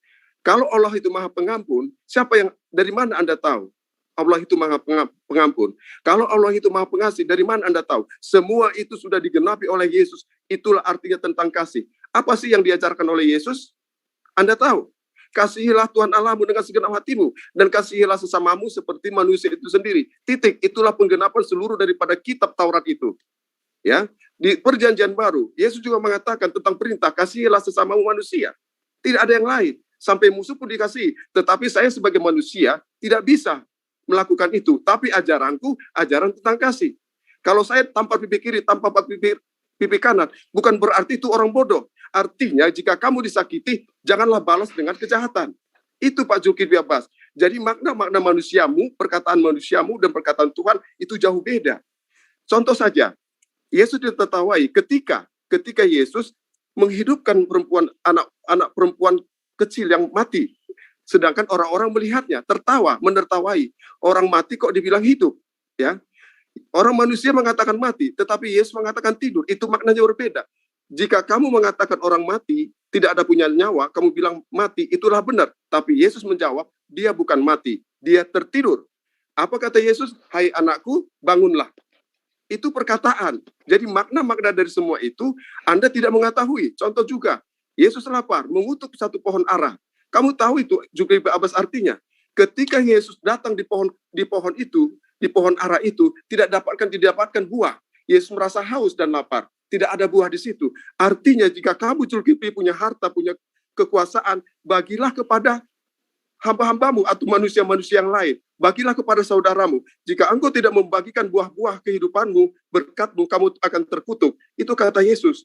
Tapi perspektif pemahaman itu, Anda bicara tentang dosa manusia, hingga Anda mengartikan tentang perkataan Tuhan Yesus sama dengan perkataan manusia. Itu Pak Zulkifli Abbas. Terima kasih. Baik. Di dalam kitab Anda sendiri dikatakan, Yesus berdoa, ampunilah kami dari kesalahan kami. Itu adalah pernyataan Yesus sendiri memohon kepada Allah agar dia diampuni. Nah, kemudian ketika Anda mengambil dalil di dalam surah apa tadi, ayat-ayat Al-Fatihah, ayat 1, ayat 2. Quran 48 ayat 2. Ya, itu adalah surah Fat. Sesungguhnya kami telah memberikan kepadamu kemenangan yang nyata, supaya Allah memberi ampunan kepadamu terhadap dosamu yang telah lalu. Tidak seperti itu ayatnya. Lalu seperti apa ayatnya? Coba bukakan aja Quran Anda sendiri. Coba buka aja. Nah, saya itu nggak bisa buka. Oke. Baik, saya bacakan ayatnya ya, supaya Anda bisa mengatakan tidak seperti itu ayatnya. Memang tidak seperti itu karena saya membacakan terjemahan. Nah, sekarang ketika saya membacakan dalil yang sebenarnya, tolong Anda nanti jelaskan kepada saya yang mana di situ dikatakan bahwa Rasulullah Muhammad SAW itu pernah melakukan dosa. Ya. Oke. Baik. Di dalam ayat ini dikatakan inna, ya di ayat-ayat pertama, inna fatahna laka fathan mubina. Sesungguh kami telah memberikan kepadamu kemenangan yang nyata. Lalu dikatakan la yaghfir lakallah ma taqaddama min zambih wa ma ta'akhkhara wa yutimma ni'mata, dikatakan kepada Rasulullah alaika, ya, wa yahdiyaka siratan mustaqima, agar Allah memberikan ampunan kepadamu atas dosamu yang lalu dan yang akan datang, serta menyempurnakan nikmat atasmu dan menunjukimu ke jalan yang benar. Nah, lalu dikatakan lebih jauh, wa yansurakallahu nasran aziza, agar Allah menolongmu dengan pertolongan yang kuat. Kalau Anda mengatakan dalil ini pembuktian bahwa Rasulullah Muhammad SAW itu pernah melakukan dosa, silakan Anda tunjukkan dosa apa yang Rasulullah Muhammad SAW lakukan. Nah, di sini dikatakan, ya, gimana? Di sini dikatakan atas dosamu yang lalu dan dosamu yang akan datang. Artinya, di situ Muhammad telah berbuat dosa. Dosa apa yang dia lakukan? Nah, dosa itu tidak dinyatakan, ya, tetapi dosa itu sudah dibuat, ya. Dosamu, kalau saya mengatakan Zulkifli Abbas dosamu, berarti Anda sudah berbuat dosa. Artinya ada pertentangan, tidak mengikuti perintah dari Allah itu dosa, perlakuan. Nah, kalau katanya itu adalah dosa yang besar atau dosa yang kecil, itu terserah Zulkifli Abbas. Atau perbuatan, harus saya tunjukkan perbuatan itu. Ada juga satu, Pak Zulkifli Abbas. Kalau saya katakan, benar, berani karena benar, takut karena salah. Ya, takut sama dengan salah. Nah, ketika apa yang ditakuti oleh Muhammad di situ adalah hari ajab, ya, hari kiamat. Itu ada tertulis di Al-Quran. Hari kiamat itu, pertanda hari kiamat itu adalah Isa Al-Masih. Yang ditakuti oleh Muhammad itu adalah tanda hari kiamat itu. Artinya jika dia bersalah, berarti dia takut. Kalau dia benar, dia tidak akan takut. Oke, saya sudah lengkap. Artinya, kalaupun Anda memahami seperti itu, ya, itu Rasulullah Muhammad SAW itu adalah manusia, wajar. Tapi Yesus, dia mohon ampun. Dan kalau Anda menggunakan dalil Al-Quran, maka saya pun akan mengatakan di dalam Al-Quran surah Al-Ma'idah jauh lebih hebat lagi. Kenapa? Wa iskalallahu ya Isa bin Maryam a'anta qulta linnas attakhizuni wa ummi ilaihaini min dunillah. Satu-satunya Tuhan, ya, satu-satunya Tuhannya manusia yang dipertuhankan manusia, yang kelak diadili oleh Tuhannya umat Islam hanya Yesus. Ini pembanding. Kalau Anda mengatakan Rasulullah Muhammad SAW punya dosa, dia manusia, wajar. Lah yang Yesus aja dia punya dosa kok. Padahal dia adalah Tuhan bagi Anda. Di dalam Al-Quran, wa isqalallah, ya Isa bin Maryam, a'anta qulta linnas, apakah engkau pernah mengatakan kepada manusia agar engkau dituhankan? Apa kata Isa? Qala subhanaka ma yakunu li an aqula ma laysa li bil haqq. Saya tidak pernah mengajarkan seperti itu kepada manusia agar mereka menuhankan saya. Ini ada dalam Al-Quran. Jadi satu-satunya manusia yang diberhalakan, yang kelak akan dihakimi oleh Allah Tuhan umat Islam hanya Isa, hanya Yesus. Apakah kau pernah mengajarkan kepada manusia untuk menyembah dirimu? Kata Isa, subhanaka ma yakunu li, maha suci aku, ya, maha suci engkau, kata Yesus. Tidaklah patut bagiku mengatakan apa yang bukan hakku untuk aku katakan. Ya. Aku lama laisali bihaq. Tidak ada hak saya untuk mengajarkan itu. Makanya Yesus tidak pernah mengajarkan untuk menyembah dirinya. Tidak pernah mengajarkan untuk memberhalakan dirinya. Kemudian Anda menjadikan Yesus itu menjadi berhala, menjadi Tuhan di hadapan Allah. Tentu dengan dalil-dalil itu tadi. Yesus bukan manusia seperti kita. Dia bukan dari sperma. Hawa bukan dari sperma. Adam juga bukan dari sperma. Bukan dari keturunan Adam. Adam juga bukan dari keturunan siapa-siapa. Dia hanya dari tanah. Kalau Anda mengatakan Yesus bukan dari tanah, bukan dari Saripati, maka Anda membodohi diri Anda sendiri. Faktanya 9 bulan dia dibentuk, diproses, baru bisa menjadi manusia utuh. Tidak cacat dia. Tidak sumbing dia. Dia utuh sebagai manusia. Karena 9 bulan makanan-makanan yang dimakan oleh ibunya menjadikan Saripatinya itu menjadi tubuhnya dia. Jadi kalau Anda menuhankan Yesus, itu saya katakan sekali lagi, tema yang diungkap oleh saudara Yusuf itu tidak salah.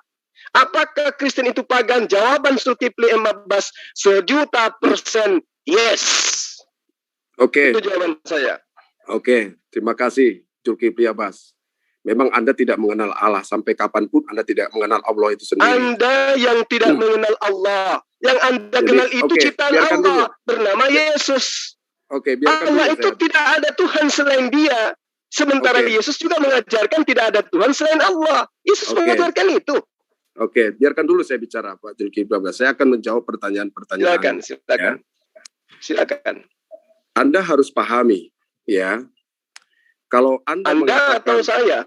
Anda, sebab Anda tidak mengenal Allah.